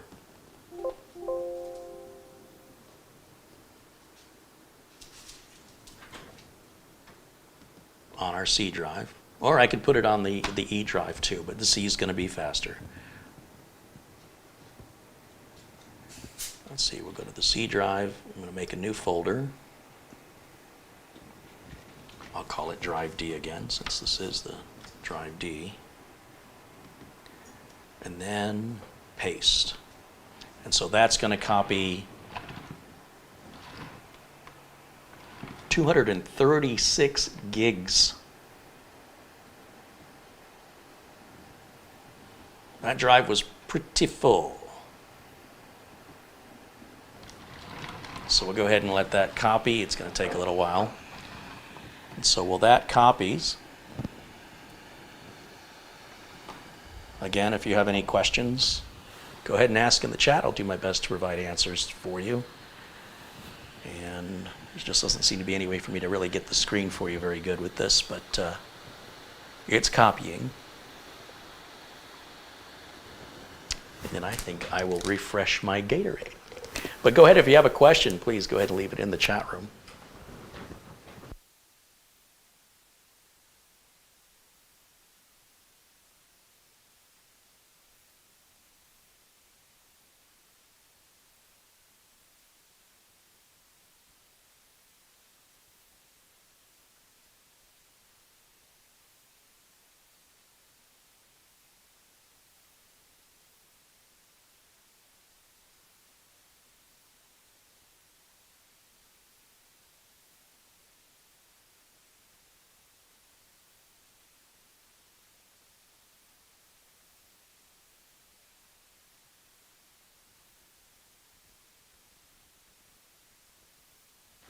All right, so what do we have? Rick Hubbard says, it looks like my bank has gone crazy. Can you confirm? I'll see if anything else has come in from you, Rick.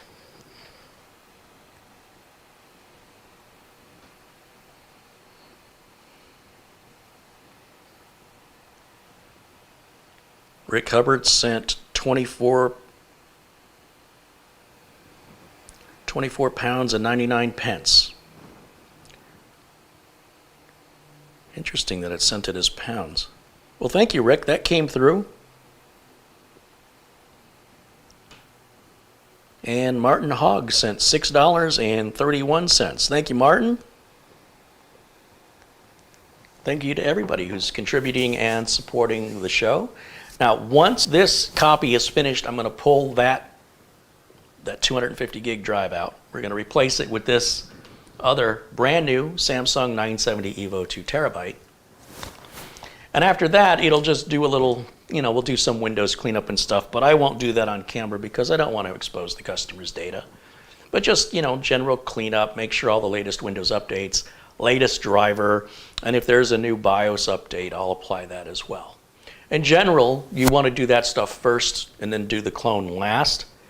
But because we were running so low on space, I was concerned that it wouldn't succeed in those updates.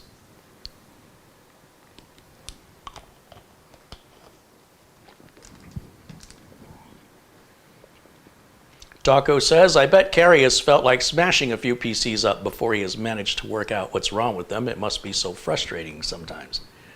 I've taken a few out to the gun range. We've got some videos up. The problem is if you always know what the answers are and there's no challenge, why would I want to do this? It would be boring. It would be like playing a game where you walk a character from the left side of the screen to the right side of the screen with no challenges, no obstacles, no timer. That's it. You win. Does that sound like a game you'd want to play? So there's a nice balance for me where I see familiar problems that I know how to fix because I've already gone through all the head banging, which is a good way to remember things. If you struggle through it, you're likely going to retain that information. So if you see it again, you're going to know the answer, and people will think you're really smart. They just weren't there when you saw it the first time and wanted to throw it out the window. So there's a nice balance of, I know what this is, I've seen it before, it's super easy, to I don't know what this is, I've never seen that behavior before, despite being in business for over 30 years, still see new, unusual problems, unlike anything I've ever seen. And that, yes, can be frustrating, but it also is interesting, and it presents a challenge. And you know, without challenges to overcome, life can be very boring, and it can be very predictable and be sort of like feeling pointless. We need challenges, and we need obstacles to overcome. Not constantly, but regularly. That's what gives us fulfillment. And at the end of the day, that's going to decide the quality of your life, right? If you are being fulfilled as a human being, you are, generally speaking, a happier human being. Those who do nothing, who think they're working the system by getting out of working, generally are also the same people that have issues with depression, because they're not out there accomplishing anything and therefore aren't getting fulfilled. There's an inner desire that isn't being satisfied, leading to depression. So for me, personally, I like the balance of seeing familiar problems and seeing unfamiliar problems, and going from this is easy, click, click, click, to I have no idea what's going on, and it sort of intrigues me, and you know, I roll up my sleeves and say, let's get at it. Let's figure out what this is. Let's see, we've got a message here. Try again. No, we'll skip that. It's having some trouble copying a directory. So that just copied, it said it was 200 gigs. It seemed like it went by awfully quick. And then what I can do is close this down, pull that M.2 drive and replace it with our other new one and copy it all back. It should be that easy. Now, in doing it this way, there could be hidden files that aren't copied that a clone would be required. However, that would be for an application, a specific application, where the simple solution is to just reinstall the application. And since this is a gaming machine, the application would probably be just re-downloading the game from Steam if that game wasn't working. Also, the need to put the games on the D drive is no longer necessary. With the C drive being much larger, we don't have those space constraints anymore. So there may want to reinstall some of those games to the C drive just to have free space on the D drive. So this is C, this is D, and this is E, and then the Blu-ray drive is F. All right, so we'll put that one over there. Whoops, I lost my signal. We'll wait for that to reinitialize. I think my battery's starting to fail on the wireless transmitter. So while that's rebooting itself, I'm going to take this 970 out of its package, brand new drives. These are $209.99 on Amazon today. I've seen them just 2 weeks ago. They were $199.99.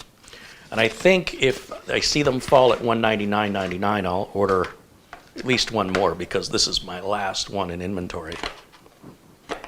And I don't want to pay $10 more if I don't have to. So let me see, did camera 3 come back on? Still not on. You know what I think happened? I think my battery died. That's what I think happened. I should have a spare battery I can use here. Let's grab that real quick. And I'm going to suspect that's what my problem is. Let's see. Where's my eject button? There it is. Oh, it's hot. I think I killed it. Set that over there. I'll bring this one up over here. There we go. And yeah, it's started up. Camera battery's good. All right, now let's see if I can switch over. Camera 3. It says it's linking. That's what it said before. That's the trick, isn't it? It's when these wireless transmitters for video, you know, they're moving a ton of data at 1080 wirelessly. It's really impressive, but it does take a minute to establish that connection. And It's still not connecting us. Might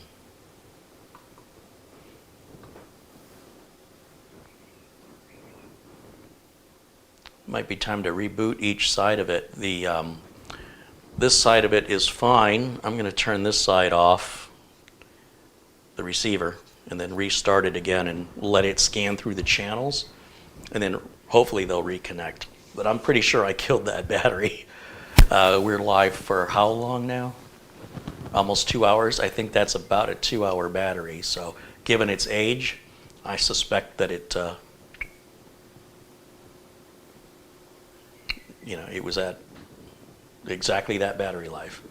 All right, how about now? Do we get anything? Still nothing. All right, one more try to reboot this. Otherwise, the show will go on without it. Showing the right channel. Maybe I have to leave that screen open. Oh, I know. I have to pull this screen open. That's probably what the problem is. You have to be a videographer sometimes to run a live stream. Let's try this again. Hey, look, it's almost like I knew what I was doing. All right, let's bring this down a little bit more so we can see. And zoom it in just a little bit.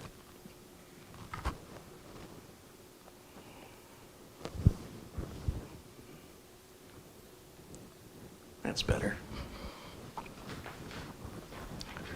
Nothing like a little bit of technical difficulties in a live stream. It always keeps it interesting. So here's our new drive. We'll go ahead and pop this one in here and then secure it down.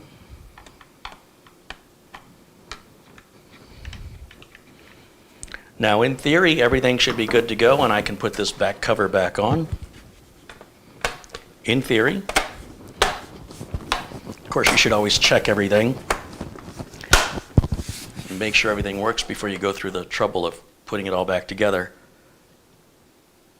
What am I forgetting? Hold on a minute. I'm forgetting something. What am I forgetting? Who in the chat can tell me what I'm forgetting?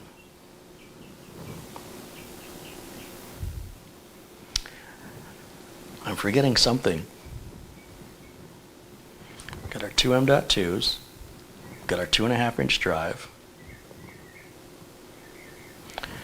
and right over here, I have 4 super tiny screws I've taken out. Where did I take those from? Who in the chat is paying attention? Let's find out.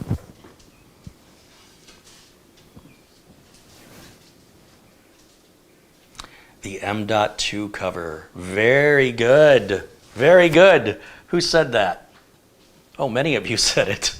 Thermal tape and the M.2s, Randy. Patrick Roussaw, Vern Mahorney. Yeah, you guys are correct. I have to put the cover back on. So I'm just going to take this same thermal tape. Again, I just pay particular attention to where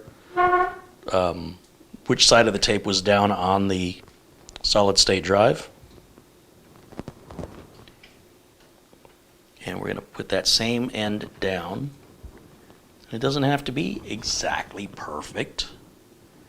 Thermal tape is there to assist in the heat transfer coming off the drives.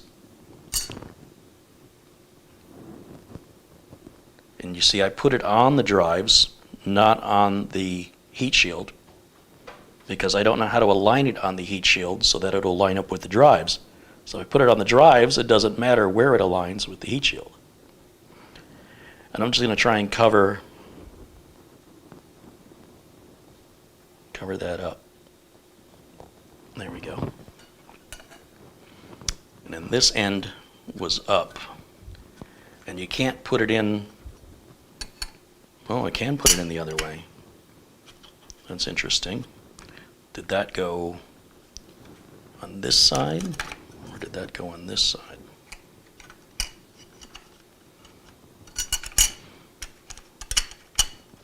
Looks like it goes in either way. I see a rubber pad here. I'm trying to figure out if this even matters. It may not care. Of course, when I push it down, it's sticking to that thermal tape, which is making it harder to lift up.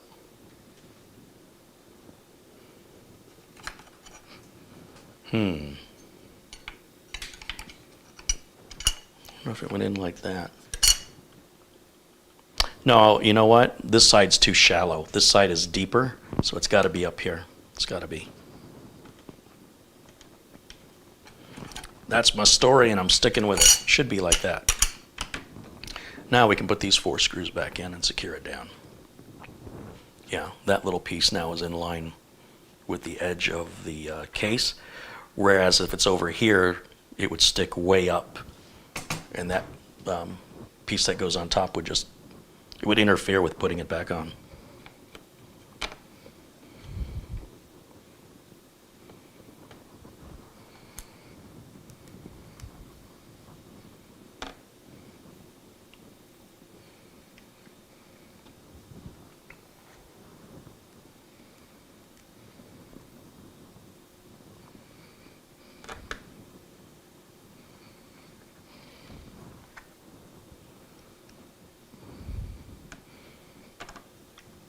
Okay, thanks for the help in the chat room for helping me remember, put that heat shield back on.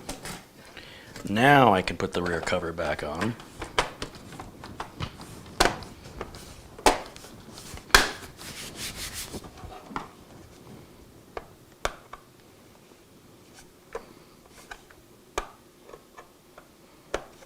Okay.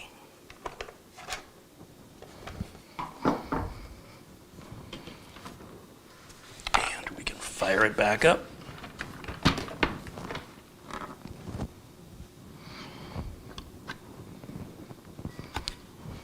I have to back the zoom off of the camera again. Other way.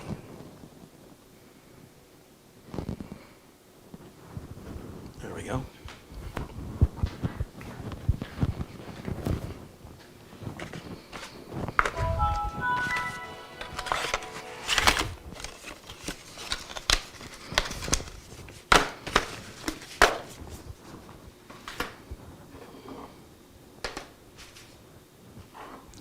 So it turns out I don't need the adapters. Well, that's good. Let me go ahead and sign this computer in, and we can start the copy process going the other way. I guess I have to initialize that drive as well. Let's see here.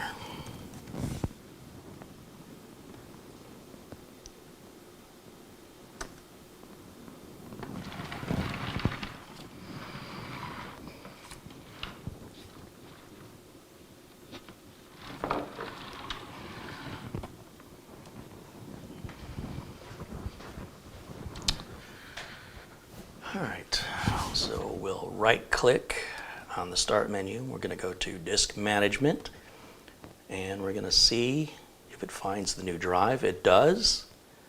Just click OK, and you'll see here, Disk 1, 1863 gig. That's 2 terabytes, unallocated. Right-click on that, New Simple Volume. Next, next, next. We don't necessarily have to give the volume a name. We'll just keep that empty. Next, and finish. Formatting, and now healthy. So that's done. Then I'm going to go to the yellow folder here, and we should see that we have C drive, D drive, that's the one we just formatted, and the E drive, that's the SATA. And what I'm going to do is, in the C drive, I created a drive D folder. I'm going to hit Control A, that's going to copy those, highlight all those items. Right click and choose Copy. And then I'm going to go right over to Disk D and put that right on the root by right click and paste. And we're off to the races. This is the final step of the disk replacement times 3 with data migration. Just that easy. Dom Parada contributes $9.99. He says, hey, Carey, I've been busy with work. First live vid this week. I just want to thank you for content. Despite people trying to bring you down, you build people back up. The letter from Armando was quite moving. Absolutely. I'll never get enough emails like that. And that's more important than anything else. We're dealing with people, in Armando's case, starting over with a different career and nearing homelessness due to the pandemic shutting down his job as a personal trainer at a gym. So, was hopeful that he was going to go back to that, but now he's working as a computer technician. So we're glad that we're able to help inspire people to be self-sufficient. And there's a contribution from John Merrick for $20. So whoever, I don't see a John in the chat room, but whoever John is, thank you for supporting the channel. And then bear with me for a second because I think I just heard a package delivered.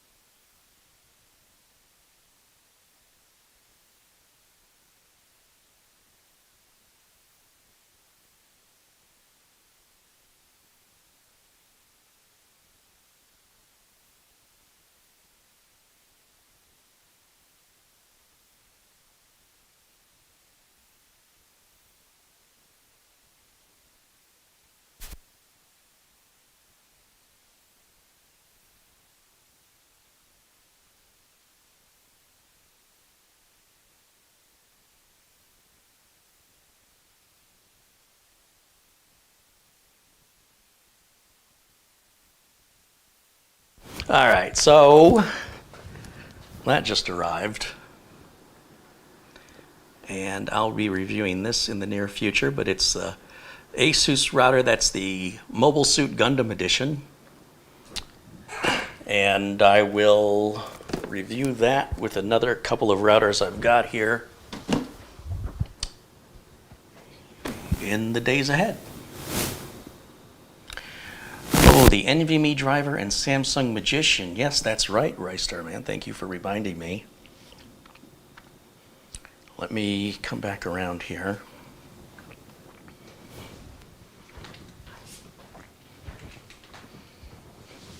My data copy was awfully quick. Now I can delete the drive D folder, get everything off of that. Delete.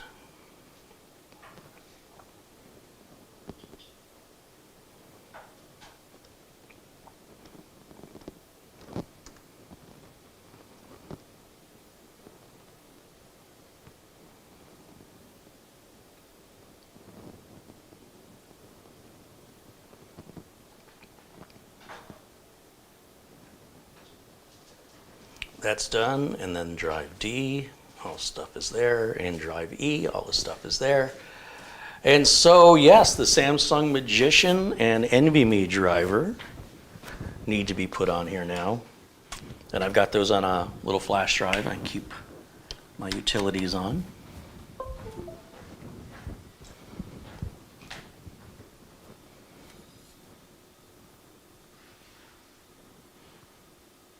And let's go to my USB drive. Well, it's all the way down to drive letter G on this. Oops. There we go. We'll do the NVMe driver first. We can load that right off the flash drive. In fact, we can do both. Samsung NVM Express device is not connected. So that's probably because of the Intel RST, which means the Magician software may not even see these Samsung drives. There may not be much I can do about that, apart from looking for a newer BIOS that might give us the option to turn that off. But some of these pre-builts, including laptops, have very limited BIOS settings that, if you were to build a computer yourself, options like overclocking and such have been removed from most pre-builts in order to reduce support calls, which are very, very costly for a computer manufacturer. So if you wonder why you have to sit on hold for 2 hours, it's a number of reasons. One is they don't want to hire more people where the support is called a cost center. And the other reason is they want to discourage you from calling. So they don't have to hire more people because it's a cost center. The technical support lines don't generate revenue.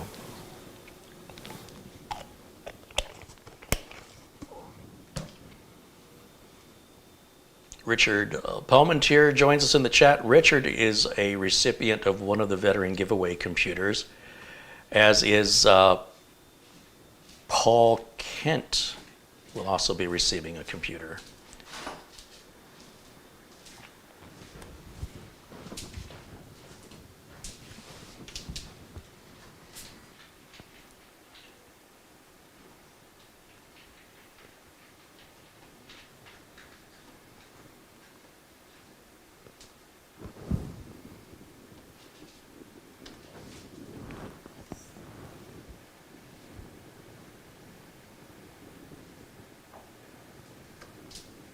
All right, so we do see the Samsung 870 2 terabyte.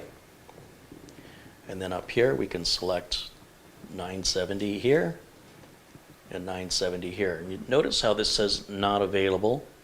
This whole right area, drive health, is not available. That's because the Samsung Magician software is not compatible with the Intel RST being enabled into the BIOS.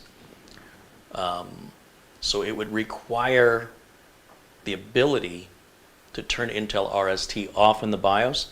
So maybe a BIOS update would do that, maybe not. And if that's the case, then we just simply take the Samsung Magician software off, since it won't do us any good if we don't have a choice on that Intel RST rapid storage technology driver. Okay guys, so that pretty much wraps it up, apart from doing maintenance, which again will be installing updates. I can kick some updates off right now just because at this point I'm going to take any questions and then we're going to wrap up the show. It'll be an early one. But let me go ahead and kick off. I know this thing's missing updates here. I just don't know how many. We'll do two birds with one stone here. Upgrade to Windows 21 H2. Let's go ahead and grab that. Now there are optional updates as well. Let's see what happens. Error encountered.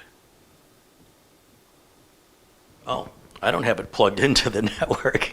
It's going to be hard to get updates without being connected. Does this thing got an Ethernet jack on it? It does. It does. So let me grab that right quick. That'll probably make that process smoother. Look at that. See what I'm saying? Like if every problem you had to solve was, something that simple, you wouldn't want to do this for a living because you'd be bored. Looks like he's got WebRoot Spy Sweeper on here. I'm going to take that off and replace it with Malwarebytes for him. Okay, so again, if you have any questions for me, let me go ahead and move this other camera out of the way. I'll just set it, getting tangled up in cables.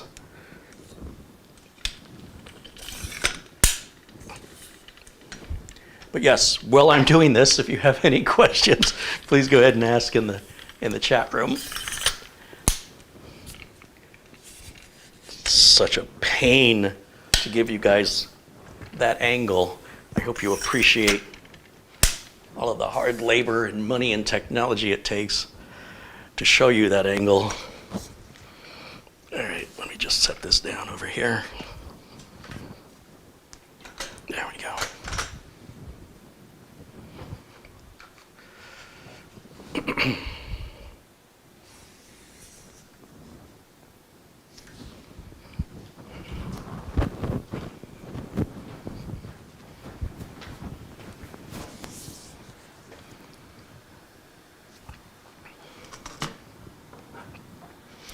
Bob R. said, I've had good luck with WebRoot for many years. Is Malwarebytes better? Once again, there's really no such thing as better. It's a preference. If I go to the restaurant and I always order the steak, and you go to the restaurant and you always order the chicken, and then you see me order the steak and you go, look, I've been eating the chicken here and I really enjoy it. Is the steak better? That's only a decision you can make. Use what works for you. I have to remind people constantly, I am a business, and when I sell computers to clients or I'm doing repair work, I have to support the work that I do. So if I'm installing WebRoot for this person and Malwarebytes for that person and McAfee for this other person, and then I get a call and they have a application specific question and the application is one I recommended or installed, they're expecting me to know the answers. So I use one application that I choose to support for malware, and that's Malwarebytes. So the reason I pick software may not be the same reason you pick software. The reason I pick the steak may be a different reason than why you wouldn't pick it. It doesn't make the steak good or bad or better. It has to do with my personal preferences. And as a business, I have to be able to support the work I do, including the apps I install or the apps I recommend. And that includes printers too. Customers will go to the store and buy any old printer and they think I'm going to know how to install it. It's like, I have no idea. You need to follow the steps. If I advise the customer to buy a specific printer, then I can help them install it. But if they just go to the store and buy something off the shelf, that's between them and the manufacturer to get that figured out, or they can pay me. But just a phone call for free support over a printer they bought without any recommendation from me, can't help them. It's way too time consuming when I have no idea or familiarity what they're trying to accomplish and how.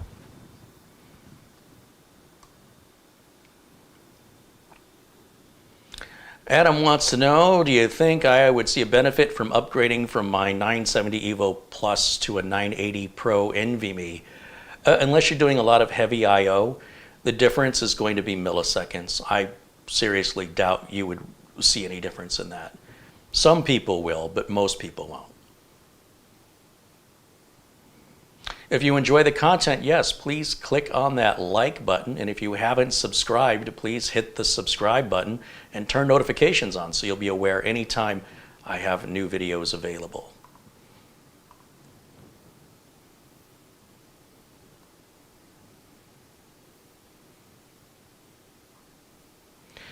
Knittin' Jim says, what you just described, Carey, is what my parents do to me every day.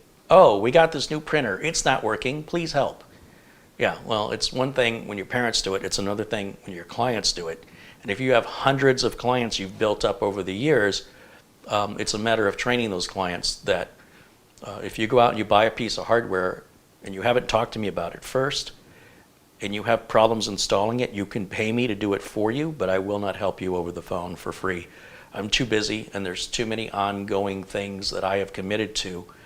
And to just have a random request for support over the phone from a client that's not a regular client, obviously I would change, bend the rules a little bit for a very good client, one that pays me regularly.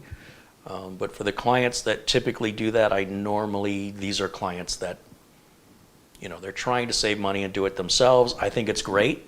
You absolutely should do it yourself, and that means use Google, call support. That's how you're going to learn. Asking me for the cheat sheet, I don't have the answers unless I'm familiar with that printer. So it just makes it frustrating for both people, them and me both. So I just need to see it. I need to have it in front of me, especially if they want to configure it for Wi-Fi. I'm not going to do that over the phone with an unfamiliar printer. Is the update finished? Let's take a look. Didn't even start. Let's do it again. Now it's downloading. Thank you for drawing my attention to that.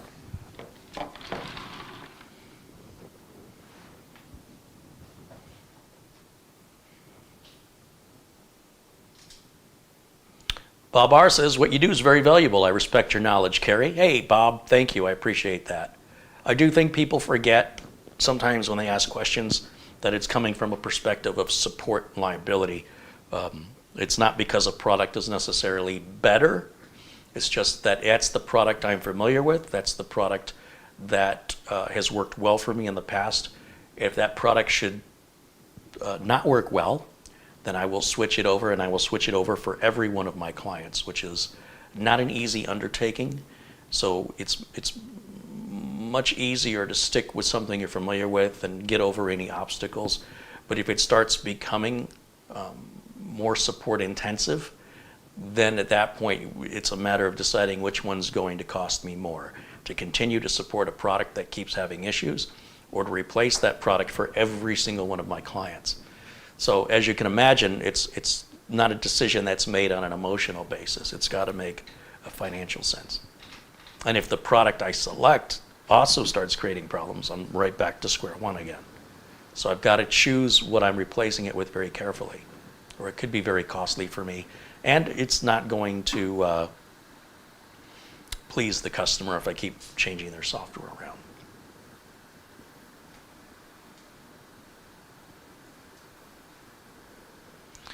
Mark Leibowitz said, what? You don't know everything about all things IT? Ask my clients of me on a fairly regular basis.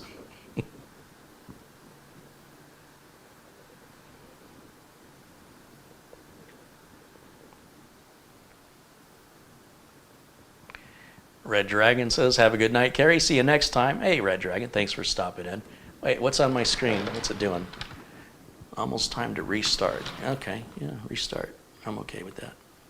That'll finish the upgrade to 21H2. This power cord's got a, I forget what they call this. It keeps getting hooked on the edge of the bench when I rotate the Lazy Susan.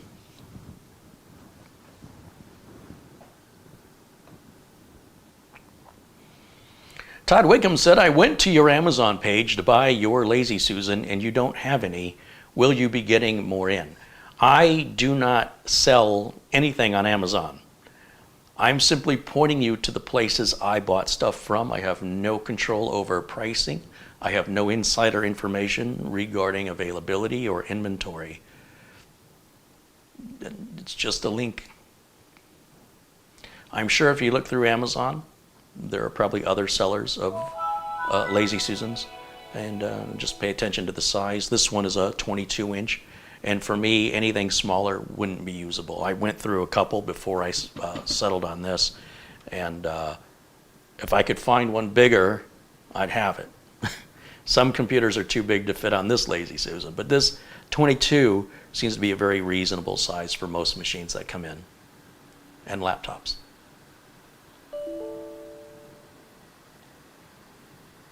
Hey, looks like Marvin joins us. How's your new system working for you, Marvin? My 2 cents says, Carey, thanks for all you do. Do you plan on doing more of the Life 101 videos. Yes, I still have a lot of work to get caught up on here. So that may not start happening towards either the end of the year or beginning of next year, if I can stay on target to get this stuff cleared out. Let me go back to Windows Update, and we'll check for more updates.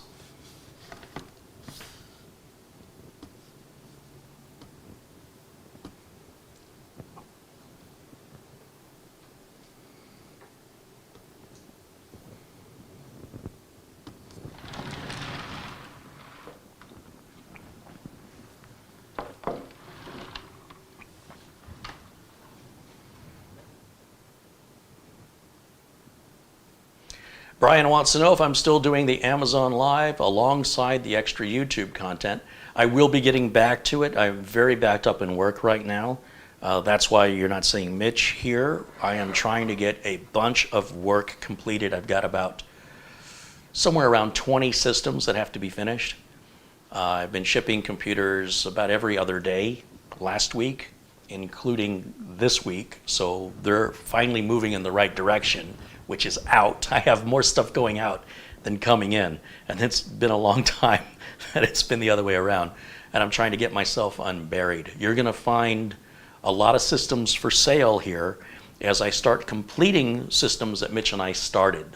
And I will put them in cases with power supplies, you know, with Windows installed and activated. And I will put one up at a time, and I'll make an individual video just for it to say, okay, here's what this system is. You know, these are its specs. Here's the cost of parts, which is pretty much all I'm asking for. I won't make any money on labor. And then it's an additional $100, $125 to ship it within the United States. And then hopefully we'll find buyers. We'll offer it to the audience in the United States here first. And if it doesn't show any interest, then it will be sold locally. But I want to give all the viewers an opportunity to have a Carey Holzman build, and many of these are your standard 8-year build, 9th, 10th, and 11th generation. And I got a bunch of Corsair 200R cases, so this is a good opportunity coming up if you wanted to own a machine and you don't want to have to wait for me to build it, because it can take a while. These will be already built, and as I build them, I'll offer them for sale, and I'll give it a few days to sell, and then I'll offer the next one. And as long as I don't have other support issues or repair issues coming in, I want to work my way through those 20 or so machines. So that'll be coming up here very soon. But again, I can only ship within the United States, and even then it's got to be the lower 48. How are we doing over here? Still offering Windows Update to 21H2. Let's try that again then.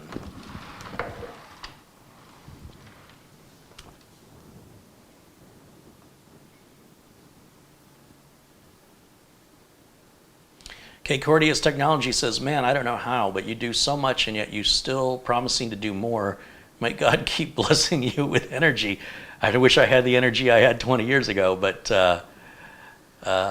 this is what keeps me out of jail. Idle hands are the devil's playthings. My 2 cents wants to know if I'd ever work in the IT private/government sector again. Well, probably not. However, if an attractive offer was made, you know, we're all prostitutes. We're just negotiating the price. We're going to restart this again. See what happens. We might. If it's still not installing 21H2, then that'll be a problem for me to diagnose later. And that may be why it was never installed. Maybe it just can't install. Something's holding it up. And Gary says Super Chat is broken. I've been hearing that a lot. However, other people were able to contribute, but I'm not exactly sure if maybe it was working when they were contributing. That's a sneaky way to get contributions. Thanks for the idea. Hey, I think Super Chat's broken. Anybody want to send me some money to test it? That's pretty good. No? No, I don't ask for money. What I do is I appreciate any support. I consider contributions as tips, and tips are never expected but always appreciated. The money does go back into the channel.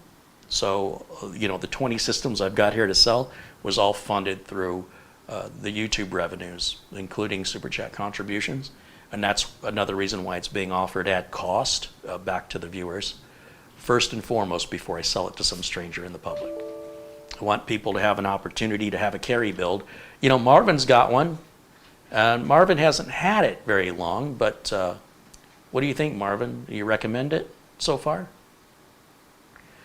Martin Hogg wants to know if there's a new version of my optimizer. Why would I need a new version? If there's a reason to have a new version, I'd have one. It's only for Windows 10 if you're asking because you want one for Windows 11. Windows 11 right now doesn't serve any purpose other than just being a new version of Windows 10. I expect Windows 11 through feature updates to start enticing people to have a reason to go to Windows 11. And when that happens, or when Windows 10 support expires on October 14th, 2025, at that point, a Windows 11 optimizer will be created. But the Windows 10 optimizer works perfectly as it is, and unless there's an issue with it that I'm not aware of, I'm not exactly sure what other update would be required. All right, let's take a look if this installed this time. I wasn't paying attention. Story of my life. Back to Windows Update. Now, if one of the easy things you can do if Windows Update is not installing 21H2 is you can install 21H2 manually using the Windows 10 Update Assistant. I could also just use the installation media for Windows 10, which is 21H2, plug it into the USB port and run setup. It'll say, oh, do you want to do an upgrade? And then that may succeed where this is failing. However, I wouldn't jump right to that, except if I'm in a live video. I want to move things along. With a machine like this, it still needs me to sort of tune it up, clean it up, remove temp files, look through the programs to remove anything that doesn't need to be there, and then look in the startup. There's some Java error that's coming up that obviously there's something in startup that's creating that needs to be removed and or uninstalled. This is still checking for updates.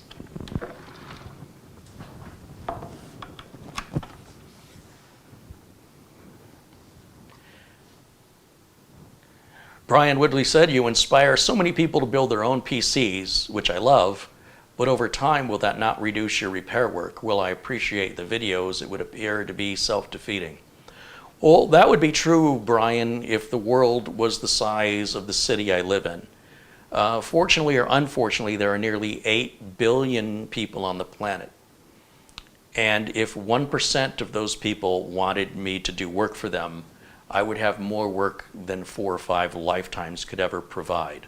I'm not concerned about losing work. It's quite the opposite. While my intent is to educate people so that they can be more self-sufficient and self-reliant and have more control over their computer, there are a lot of people who watch who say, I didn't know who you were. I've never heard of you, but I've seen your videos and I like your style, and I'm too busy or I'm physically unable to build a computer, or I just want to have one built by your hands.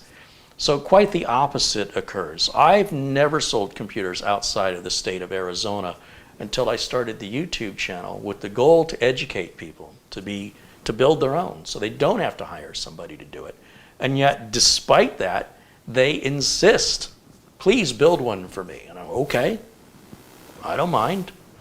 So it has generated more work, not less. And it's just like karma. The more you give, the more you get. If you want to be selfish and you want to hold everything to yourself, then the long-term sustainability of that will be on you, not on everybody else. And sometimes people start a project and they're unable to complete it, and then they'll contact me and ask me for help. That's how we find some of the more interesting problems, such as the bad reset switch, which was quite tricky to find. where the computer had gone to numerous computer shops and nobody could diagnose it properly. And as a last ditch, it was, help me, Carey, you're my only hope. Bring it on over. We had a person building their computer for the first time who bought a returned motherboard, which I don't recommend first-time builders do, and ended up replacing every single part, and yet Windows 10 wouldn't install.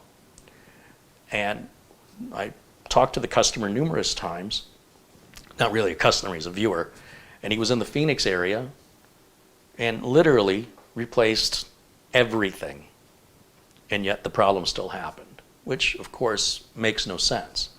So I told the viewer, I said, I'd like to see this computer, because if everything you're saying is true, it doesn't make any sense. It has to make sense. Computers are logical. Computers do what they're told. So we just have to figure out where the computer's being told to do this, since every piece of hardware has been replaced. Literally every piece of hardware was replaced, and yet the same symptom remained. I was like, oh, I got to see this for my own eyes. And that turned out to be the Y3K issue, which I would have never known about had I not inspired people to build their own computers. And if they would have listened and not purchased returned product unless you're an experienced technician, they would have never had a problem. And it was a very simple fix. It was just changing the date in the BIOS. Somebody bought that board and fat fingered the date, so instead of the year 2000 something, it was 3000 something, and as a result, Windows would not install without freezing. And no matter how many boards you replace it with, by restarting the computer with the same M.2, it sets the BIOS state back to that 3000 date. It doesn't tell you it does it, but that's what Windows does. And Gigabyte should have been enforcing a date range, which they weren't enforcing it at that time. Other manufacturers were enforcing it, would not allow a date higher than 2099. So those kind of experiences would not have been available to me. I would not have learned. I would not have been able to share that learning experience with all of you. And the learning experience came from many of you as well. Many of you noticed the date in the BIOS long before I did. So that's a very unique circumstance.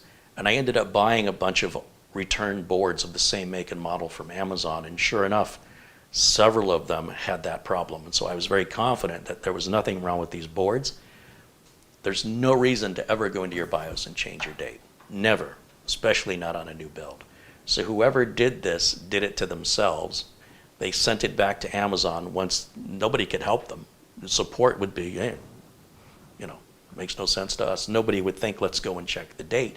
There's no indication the date has anything to do with this. But they should have never gone in there and changed it from the factory date. If the factory date is off by hours, days, or years, it doesn't make a difference. Once you install Windows, it will automatically synchronize the time and date and fix it in both Windows and the BIOS at the same time. Once you get the internet plugged in and Windows installed, it's self-maintained.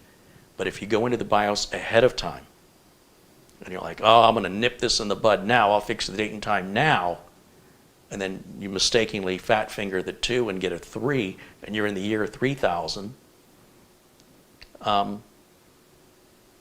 if the BIOS doesn't say, that's an error, you're not allowed to put a date in that big, it lets you save it that way, and then Windows isn't checking it beforehand and saying, you got a problem with your date.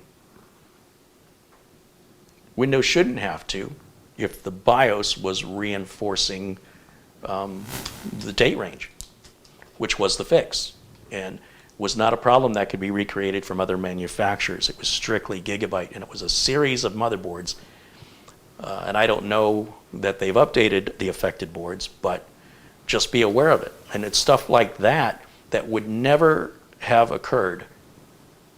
It would continue to be a problem that would go unabated because nobody with any media presence would be aware of it. So by me being aware of it, that then was a published article, because I am an author and a journalist. And well, I don't do much of that anymore. I've written for Tom's Hardware, PC World Magazine, Smart Computing Magazine. I've authored books. You can look on Amazon, you'll find The Healthy PC. I wouldn't recommend that book anymore unless you're still running Windows XP or Windows 98. But I have media connections. And so I was then able to write up an article and submit that to publications. And it was published in multiple languages, in Germany, in Italy, in a lot of countries where they covered this Y3K issue that previously nobody had known about, including myself, except for that free information that I gave out to everybody, resulted in this customer or this viewer having this very unique problem and reaching out to me saying, look, I followed everything you said and it's not working. And I'm saying you didn't. If you'd have followed everything I said, it'd be working. So the part that he bought a return board, being a first-time builder or being a builder who doesn't build computers regularly, should not have bought any return parts because you don't know what to look for as a technician. And to be honest, I wouldn't even have known to look for that until there was a problem. And so when I learn it, I want everybody to know. And then that creates trust. It creates and establishes a connection with your viewers where they say, well, it's interesting to see how you do it, but I don't want to do it. But I'd like you to do it for me. And it ends up giving me more work than I know what to do with. And that was never my master plan. I never thought, let me start up YouTube so I can create more commercials for my business. I don't advertise my business here, but I do enjoy helping people. And when people call me and want a computer built for any reason, I do my best to say yes and to help them with it. And the result is I've said yes to too many things. I have a hard time saying no. And especially when you hear stories where, look at Marvin's story. I mean, I can't just let that go. I've got to step in, I've got to help him. Folks like John Yasuda, I hear his story. I have to step in, I have to help. And so at the end of the day, I end up, biting off more than I can chew. I'm going to check for updates one more time and see if that 21H2 put in got installed correctly that time or not. So if you have any other questions for me, we've got about 30 minutes and we'll wrap it up.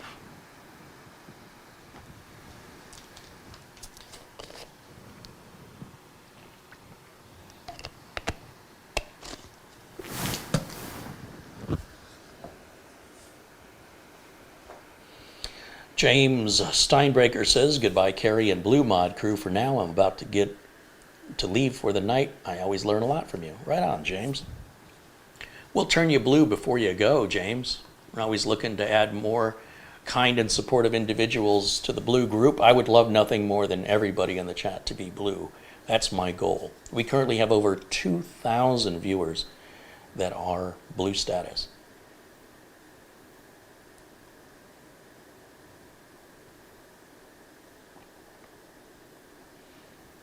Richard said, glad to see you helped Marvin. Great job. Well, this is Marvin's laptop.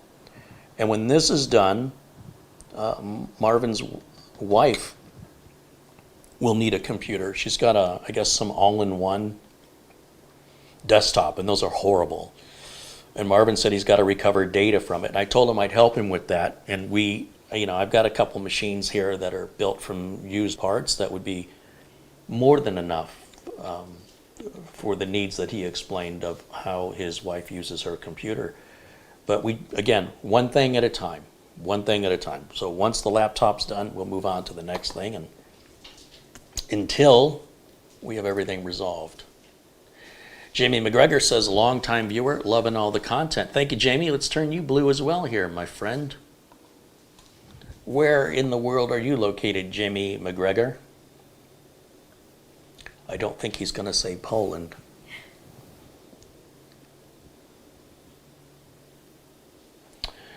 Ivan and Joe ask, Carey, should I keep my Samsung Magician running all the time while online?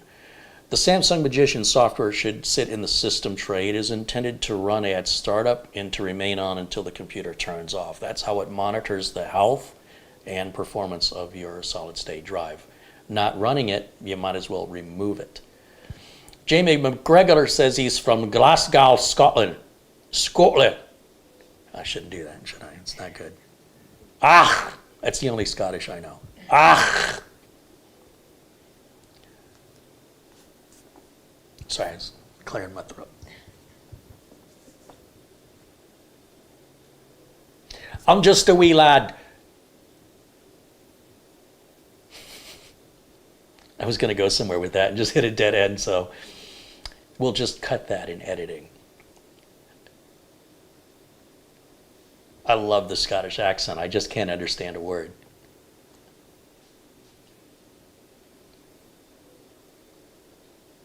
You should turn Marvin blue too. Marvin is blue. Oh, he's under a different account.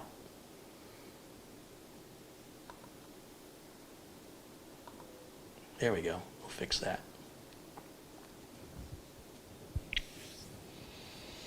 Earl Moore wants to know if I accept videos of other people's builds to get inspiration.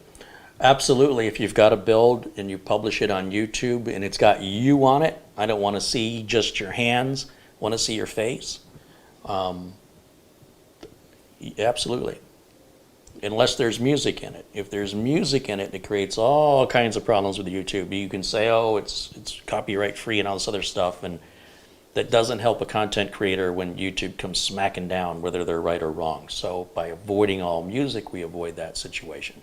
So as long as you show yourself and your video is accurate and there's no music in it, I'd love to share your, you'll see viewer videos on my channel that have been submitted. I'm so happy to share those, absolutely. Yes, please, and thank you.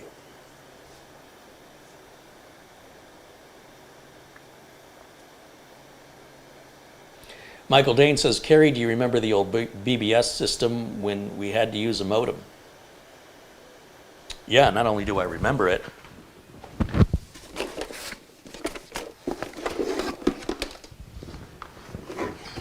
does this answer your question? This was sent in by, I think Patrick Rousseau sent this. Good old acoustic coupler modem. Old school. But I don't know why it smells like Band-Aids.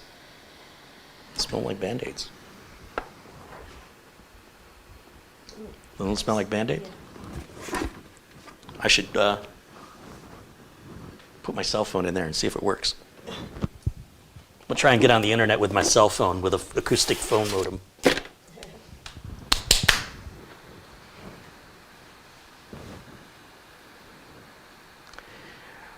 Richard Palmentier says, when I started, my first computer was a Packard Bell, Windows 3.11 and DOS 6.2 with a 56K modem dial-up. Oh, 56K luxury.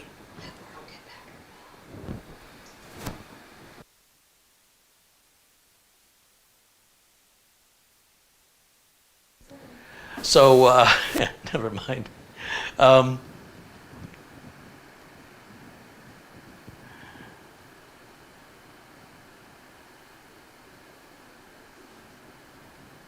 What is the blue computer on top of the black one? That's an Altair 8800. It was one of the very first home computers you could buy before there were such things as keyboards, mice, and monitors. You'd build this at home. Google Altair 8800. You can learn all about the history of the first home computer. That's a replica. It's a fully working replica.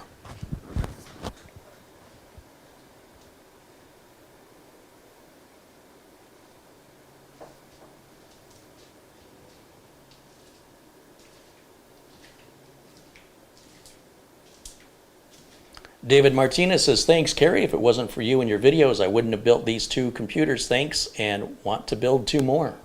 It is addictive. Did this thing update? So apparently it did update. Let's see, there are some optional updates for some drivers. I'm going to just take them all. I don't even read them. I just check all the boxes and download and install. Unless it's for a printer, in which case I'm very hesitant because it often changes the graphical user interface for the printer. It could upset the customer because they're like, hey, this whole thing is different. I don't know where my double-sided printing is and stuff like that. So if it's for a printer, if there's no problems with the printer, I generally don't put that in. But otherwise, I grab them all.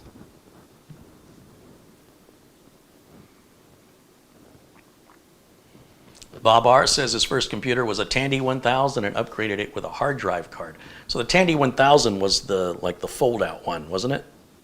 With like a LCD screen, as I recall. Gary Tatum says, Carey, I'm fixing to do one of your 8-year builds for music editing. It should be sufficient for my needs. Thanks for the content. Well, as a reminder, Gary, I'm going to have several 8-year builds up for sale very, very soon. 9th gen, 10th gen. I got a bunch of 10600Ks. I've got one 11850K. That's on an MSI motherboard. Everything's with the Scythe Mugen 5 black cooler. And obviously I can put whatever memory you want. Right now they're just whatever solid state NVMe's I've got laying around, 500 gig, 1 terabyte, budget drives with 16 gigs of RAM.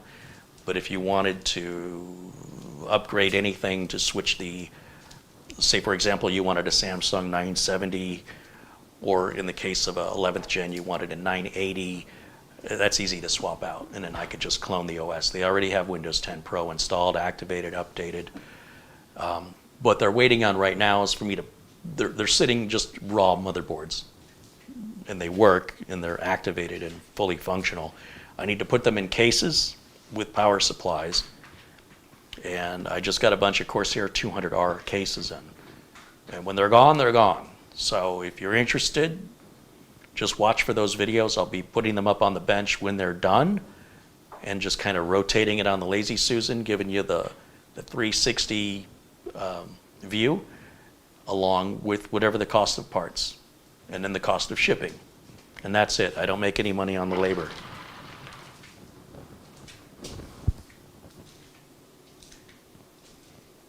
All right, we're going to restart that one more time. This is your last chance. If you have questions for me, please ask in the chat. And then we're going to wrap it up here early. So we got about 20 minutes left. If there's a reason for me to continue for 20 more minutes, depending on how interactive you guys are with me. Photo Ray joins us. Hello to Photo Ray.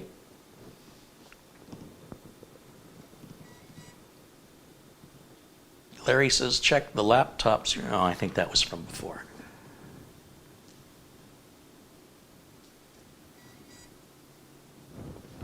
Beeping.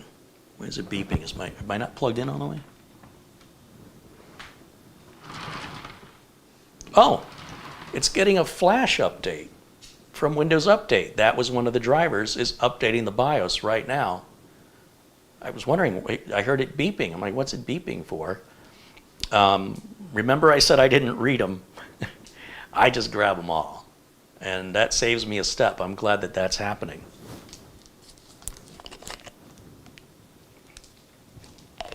Ivan and Joe says, I am so happy I found you, Carey. You represent full truth and big help. Thank you, sir.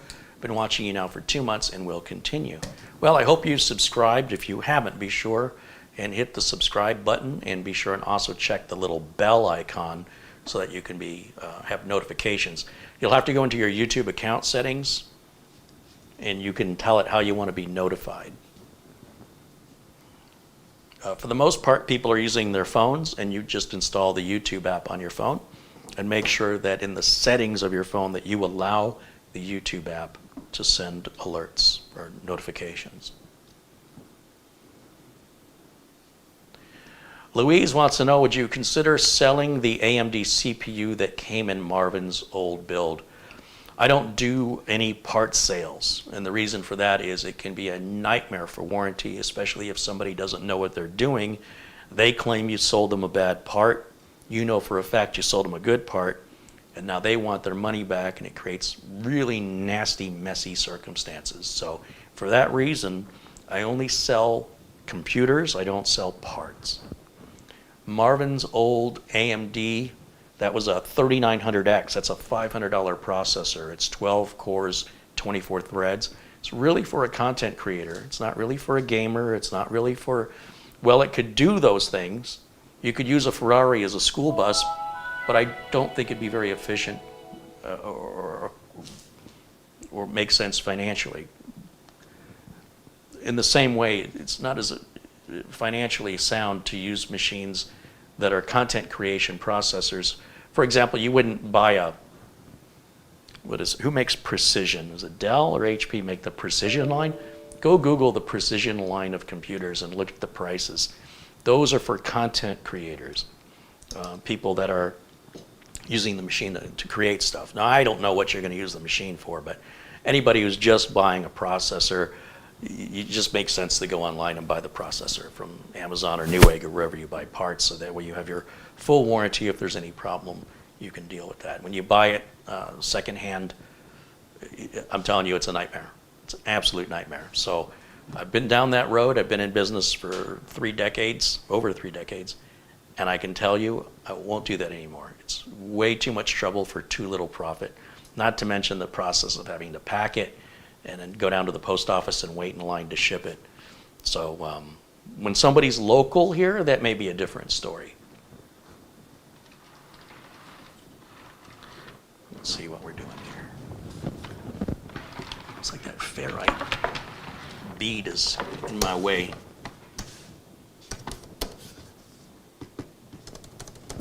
Oh, now it says something happened and my PIN isn't available. Set up my PIN.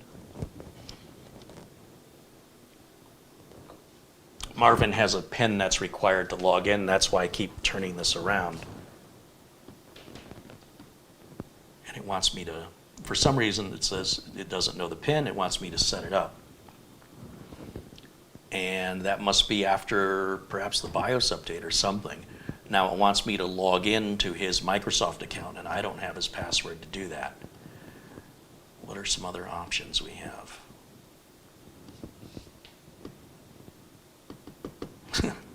There are no other options to sign in.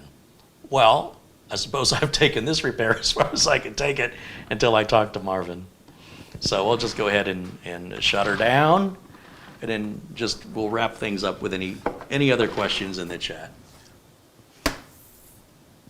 Frank Jimmy said, Carey, let's make a deal. Do you want an 8-year build number 1 question mark, 8-year build number, oh, do you want 8-year build number 1, 8-year build number 2, or 8-year build number 3?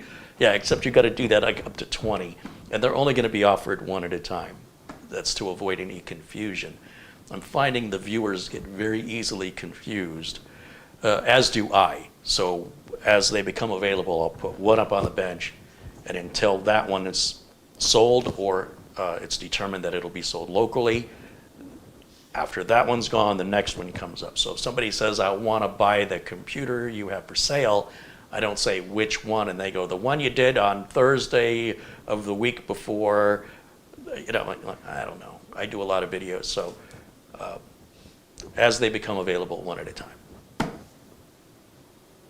So it's probably 20 weeks worth of content if I do one a week, and there's 20 of them. Jay says, I was going to sell parts from a computer build because it seems like nobody was interested in the computer. That's good advice to sell a working computer. I may have to reduce the price. Ivan and Joe say, oh, I read that one. Richard says, the technology's come so far from the late 1990s. It's mind-boggling. So much information and changes to learn. I enjoy work. And with and learning, I have learned from watching your videos. It's true of cars too. You get into a modern car, if you're driving a car that's 10 years old or older, you get into a new one and you see all this technology, it's amazing how much more they've done in just 10 years. Same is true with appliances, stoves and dishwashers and washing machines and dryers. Just in 10 years, how much they've changed, and they've become more efficient, they're quieter.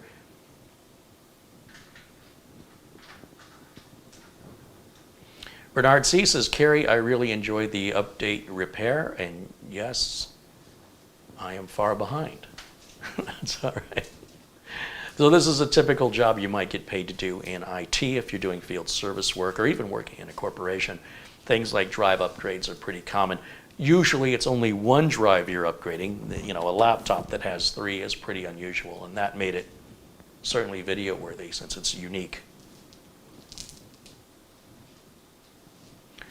Doc Mechanic says, are any of the computers for sale laptops? No, these are all machines I've built. If you're looking for a good deal on a laptop, try Dell's Outlet Center. I highly recommend it. Just go to Google, type Dell space outlet space laptop. It should take you right to Dell's website, and they have a whole series of laptops. Pick the family of laptop you're looking for, and then you can see if it's a scratch, a dent, return. I've never had one that had any problems. My phone is vibrating at me, so it looks like I might have missed some messages here. Let's take a look.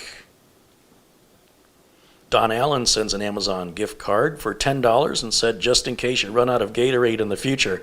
Well, that'll help prevent me from running out of Gatorade. Thank you. And John Merrick contribute $10. He says, I never thought about you getting donations from a John, not knowing it was from I'm Jean Tem in the chat room. Ah, now I know. Thank you. Manuel Black sent £1 Great British pound, which has a 43 cent or 43 pence fee, transferring 57 pence. Well, it's the thought that counts, and I appreciate that. It's very kind of you. I wish every viewer gave me 57 pence, because with all the viewers that these videos get, I could have my Tesla. That's going to be the joke that never dies. Unless I someday get a Tesla, I'm not holding my breath. We'll probably recycle this drive. It's probably not going to be very good. And then these two NVMe drives, they're going to be securely erased, and then they'll be used in probably future giveaways, I'm sure.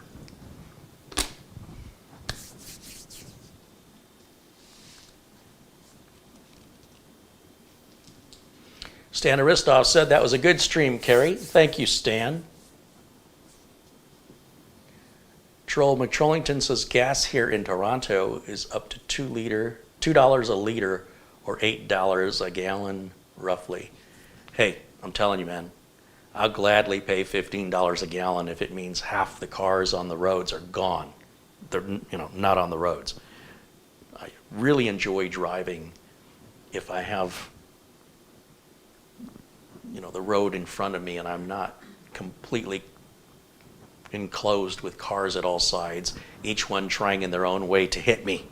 The person behind me is going to rear end me. The guy to the right of me is going to move into my lane while I'm in it. The guy to the left of me is going to do that at the same time. The guy in front of me slamming on his brakes. There's a pedestrian, or there's a ball, or there's something that rolls across the road. And yeah, it's like the ultimate video game driving in Phoenix. And rush hour starts about 5 o'clock in the morning, and it goes until about 7 o'clock at night. So as long as you stay off the road between 5 a.m. and 7 p.m., it's pretty decent to drive around. Except that that's usually when they close the roads for construction. So yeah, they could raise the price of gas to about $15, $20 a gallon, and that results in half of the cars being off of the road. Mark it up. Buying gasoline is the cheapest part of car ownership.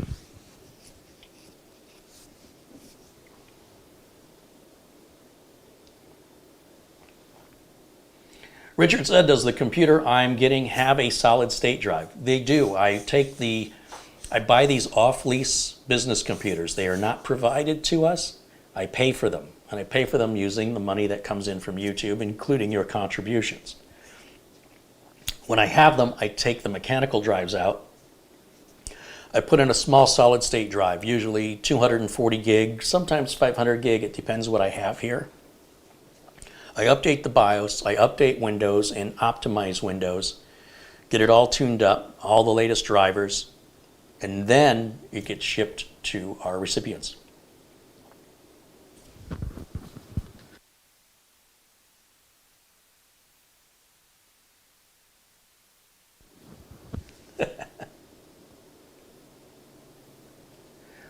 Lou Greenia says $6 a gallon for heating oil, not good living in the Northeast. Well, you could just start a fire. That's free. Try doing that with air conditioning.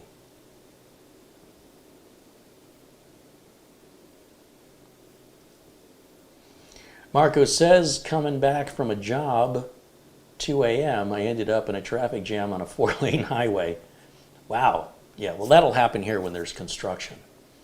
And then people ignore the signs, including the people who get stuck in all the backed up traffic. And it could be very early in the morning, very late at night on a road that's normally opened all the time, and they're doing something.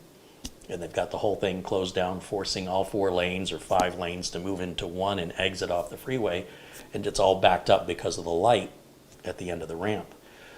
So, yeah, I like using Google Waze, W-A-Z-E. I put that on my phone, and that helps alert me to objects in the road ahead, where police might be with regard to worrying about speeding or worrying about why cars are going to be suddenly slowing down. You know, people see a police officer, they see a police car, they instantly hit their brakes. It doesn't matter how slow they're going, they go slower. And so if you're driving, it can be, you know, kind of puzzling to see all the cars around you braking for no apparent reason. So using the Waze application, it tells me, you know, there's a car on the right shoulder, stalled car ahead. There's a officer reported, police car reported, mile ahead. And then you kind of know what to expect. And I think it just makes for a safer driving experience. And if there's any construction happening, it'll guide you around that automatically so you don't have to deal with it.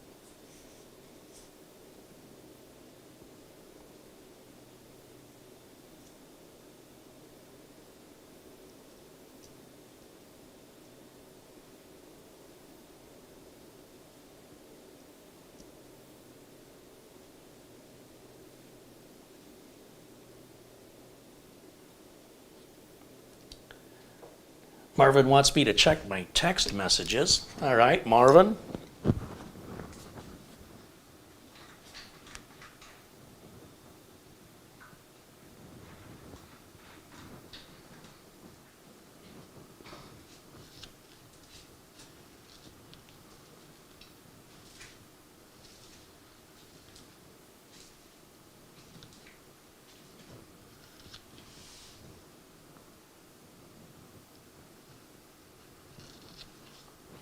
Sorry, Marvin, I can't make heads or tails of your text message. It literally says, "Hi, Carey, Marvin, I'm a password for that. It's a pain."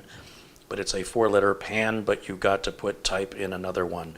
So we're going to have to talk on the phone because basically it's not asking, it's asking for a login password.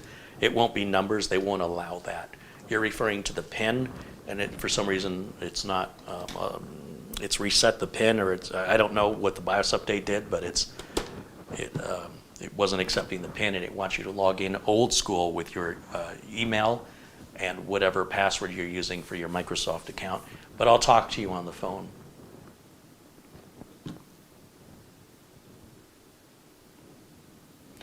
Okay, guys, it's about time to wrap up.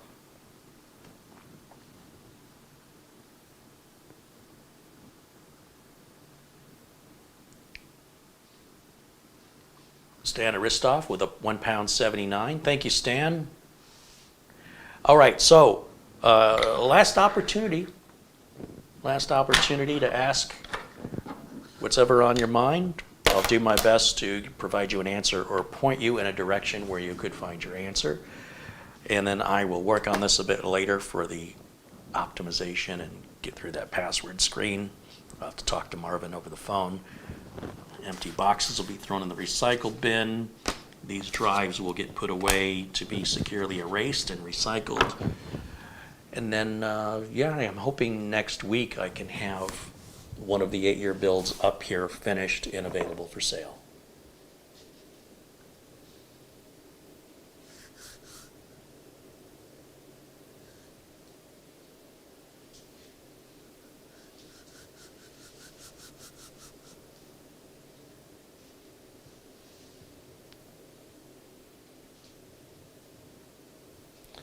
Marco says, Carey, 5 years ago, while I was vacationing in Italy, a client of mine had to buy a CAD station urgently, and they milked him for over $5,000. Well, on a CAD workstation, that's fairly common.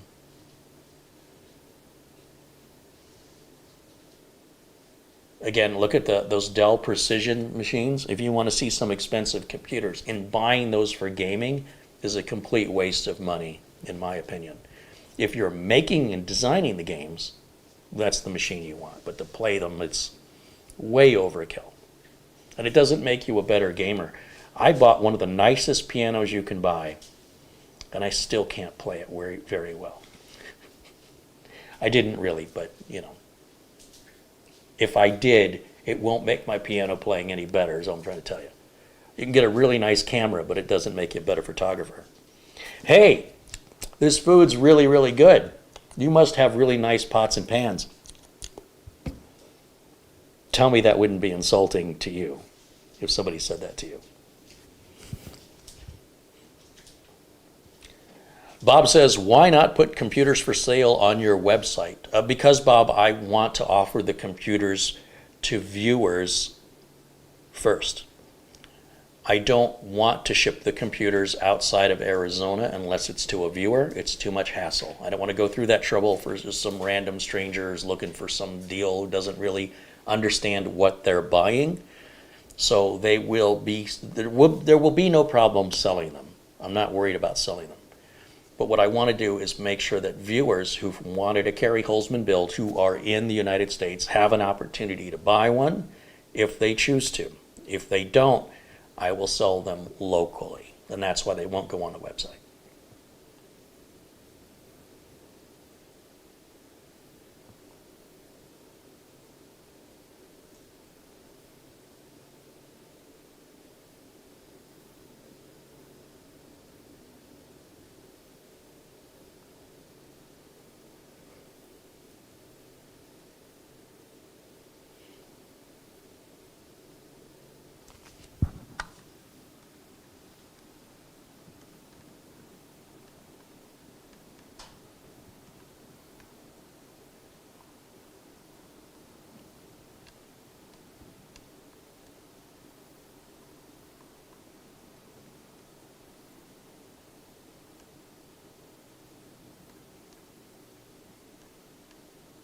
Just looking through the chat, if there's other questions I can answer for you guys. If you've asked questions or made comments that I didn't see, do understand we've got, we've had over 500 people watching on average this entire stream, and I'm doing my best to do the work and make sure my audio is going out, make sure my internet connection's solid, make sure I'm in the frame of the camera, paying attention to the contributions, and answering questions as they appear, as I can see them. There's a lot of people, and so you will have to sometimes ask 2 or 3 times until I see it.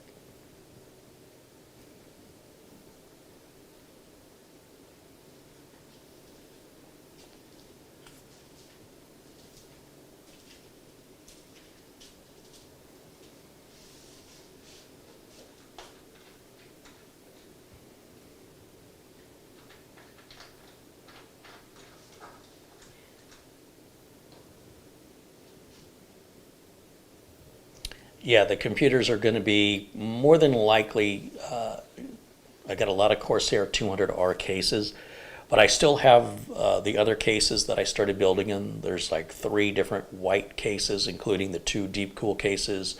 There's the Antec, forgot what that case was called, Dark Avenger or something like that. I've got that one that it's going to be sold.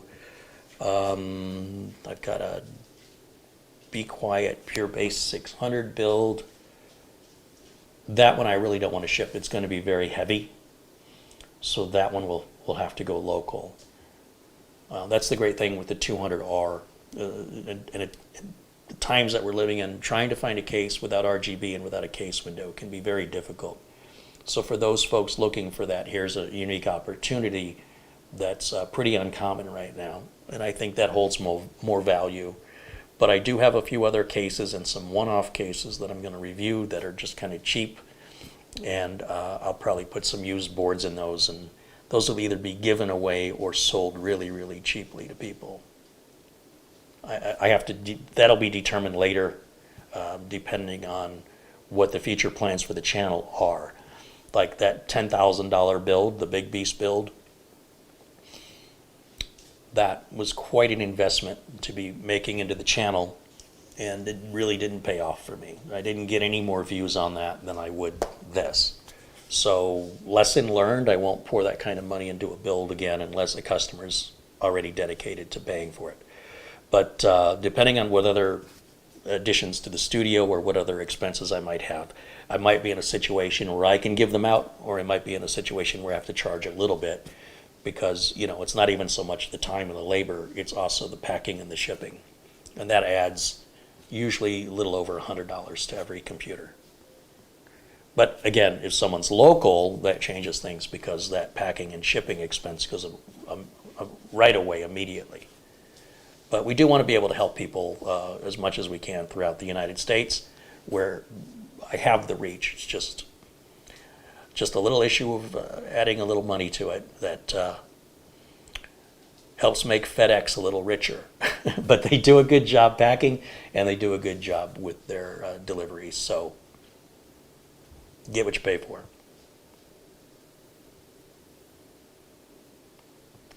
Andy Kane wants to know, what size USB do you use for an Acronis Rescued? I just use a 2 gig, but probably if you have a 4 gig or an 8 gig, it just needs less than 1 gig. Robert Jones says, Carey, I have a build on the way. Right on.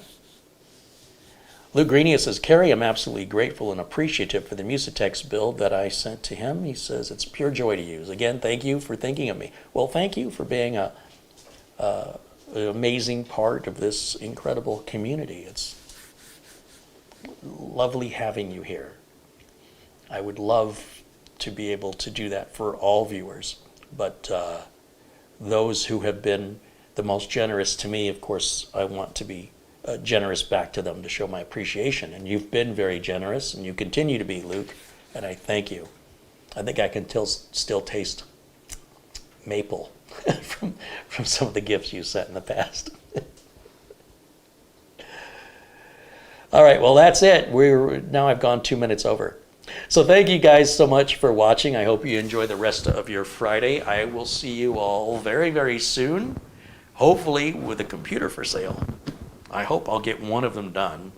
And the reason you won't see all of them available also is they're not done. So as I finish one, it'll go up for sale. And then that'll go, and I'll finish the next one. And I want this place emptied. I am buried in computers. I have too many computers, and all that is money I could be using to put back in the channel for other content, such as that router that just showed up. It's a $300 router because it's a Gundam edition. Asus makes 2 Gundam edition routers, and I have both of them, and I'm looking forward to reviewing them. And who knows, maybe they'll get given away. I don't know yet.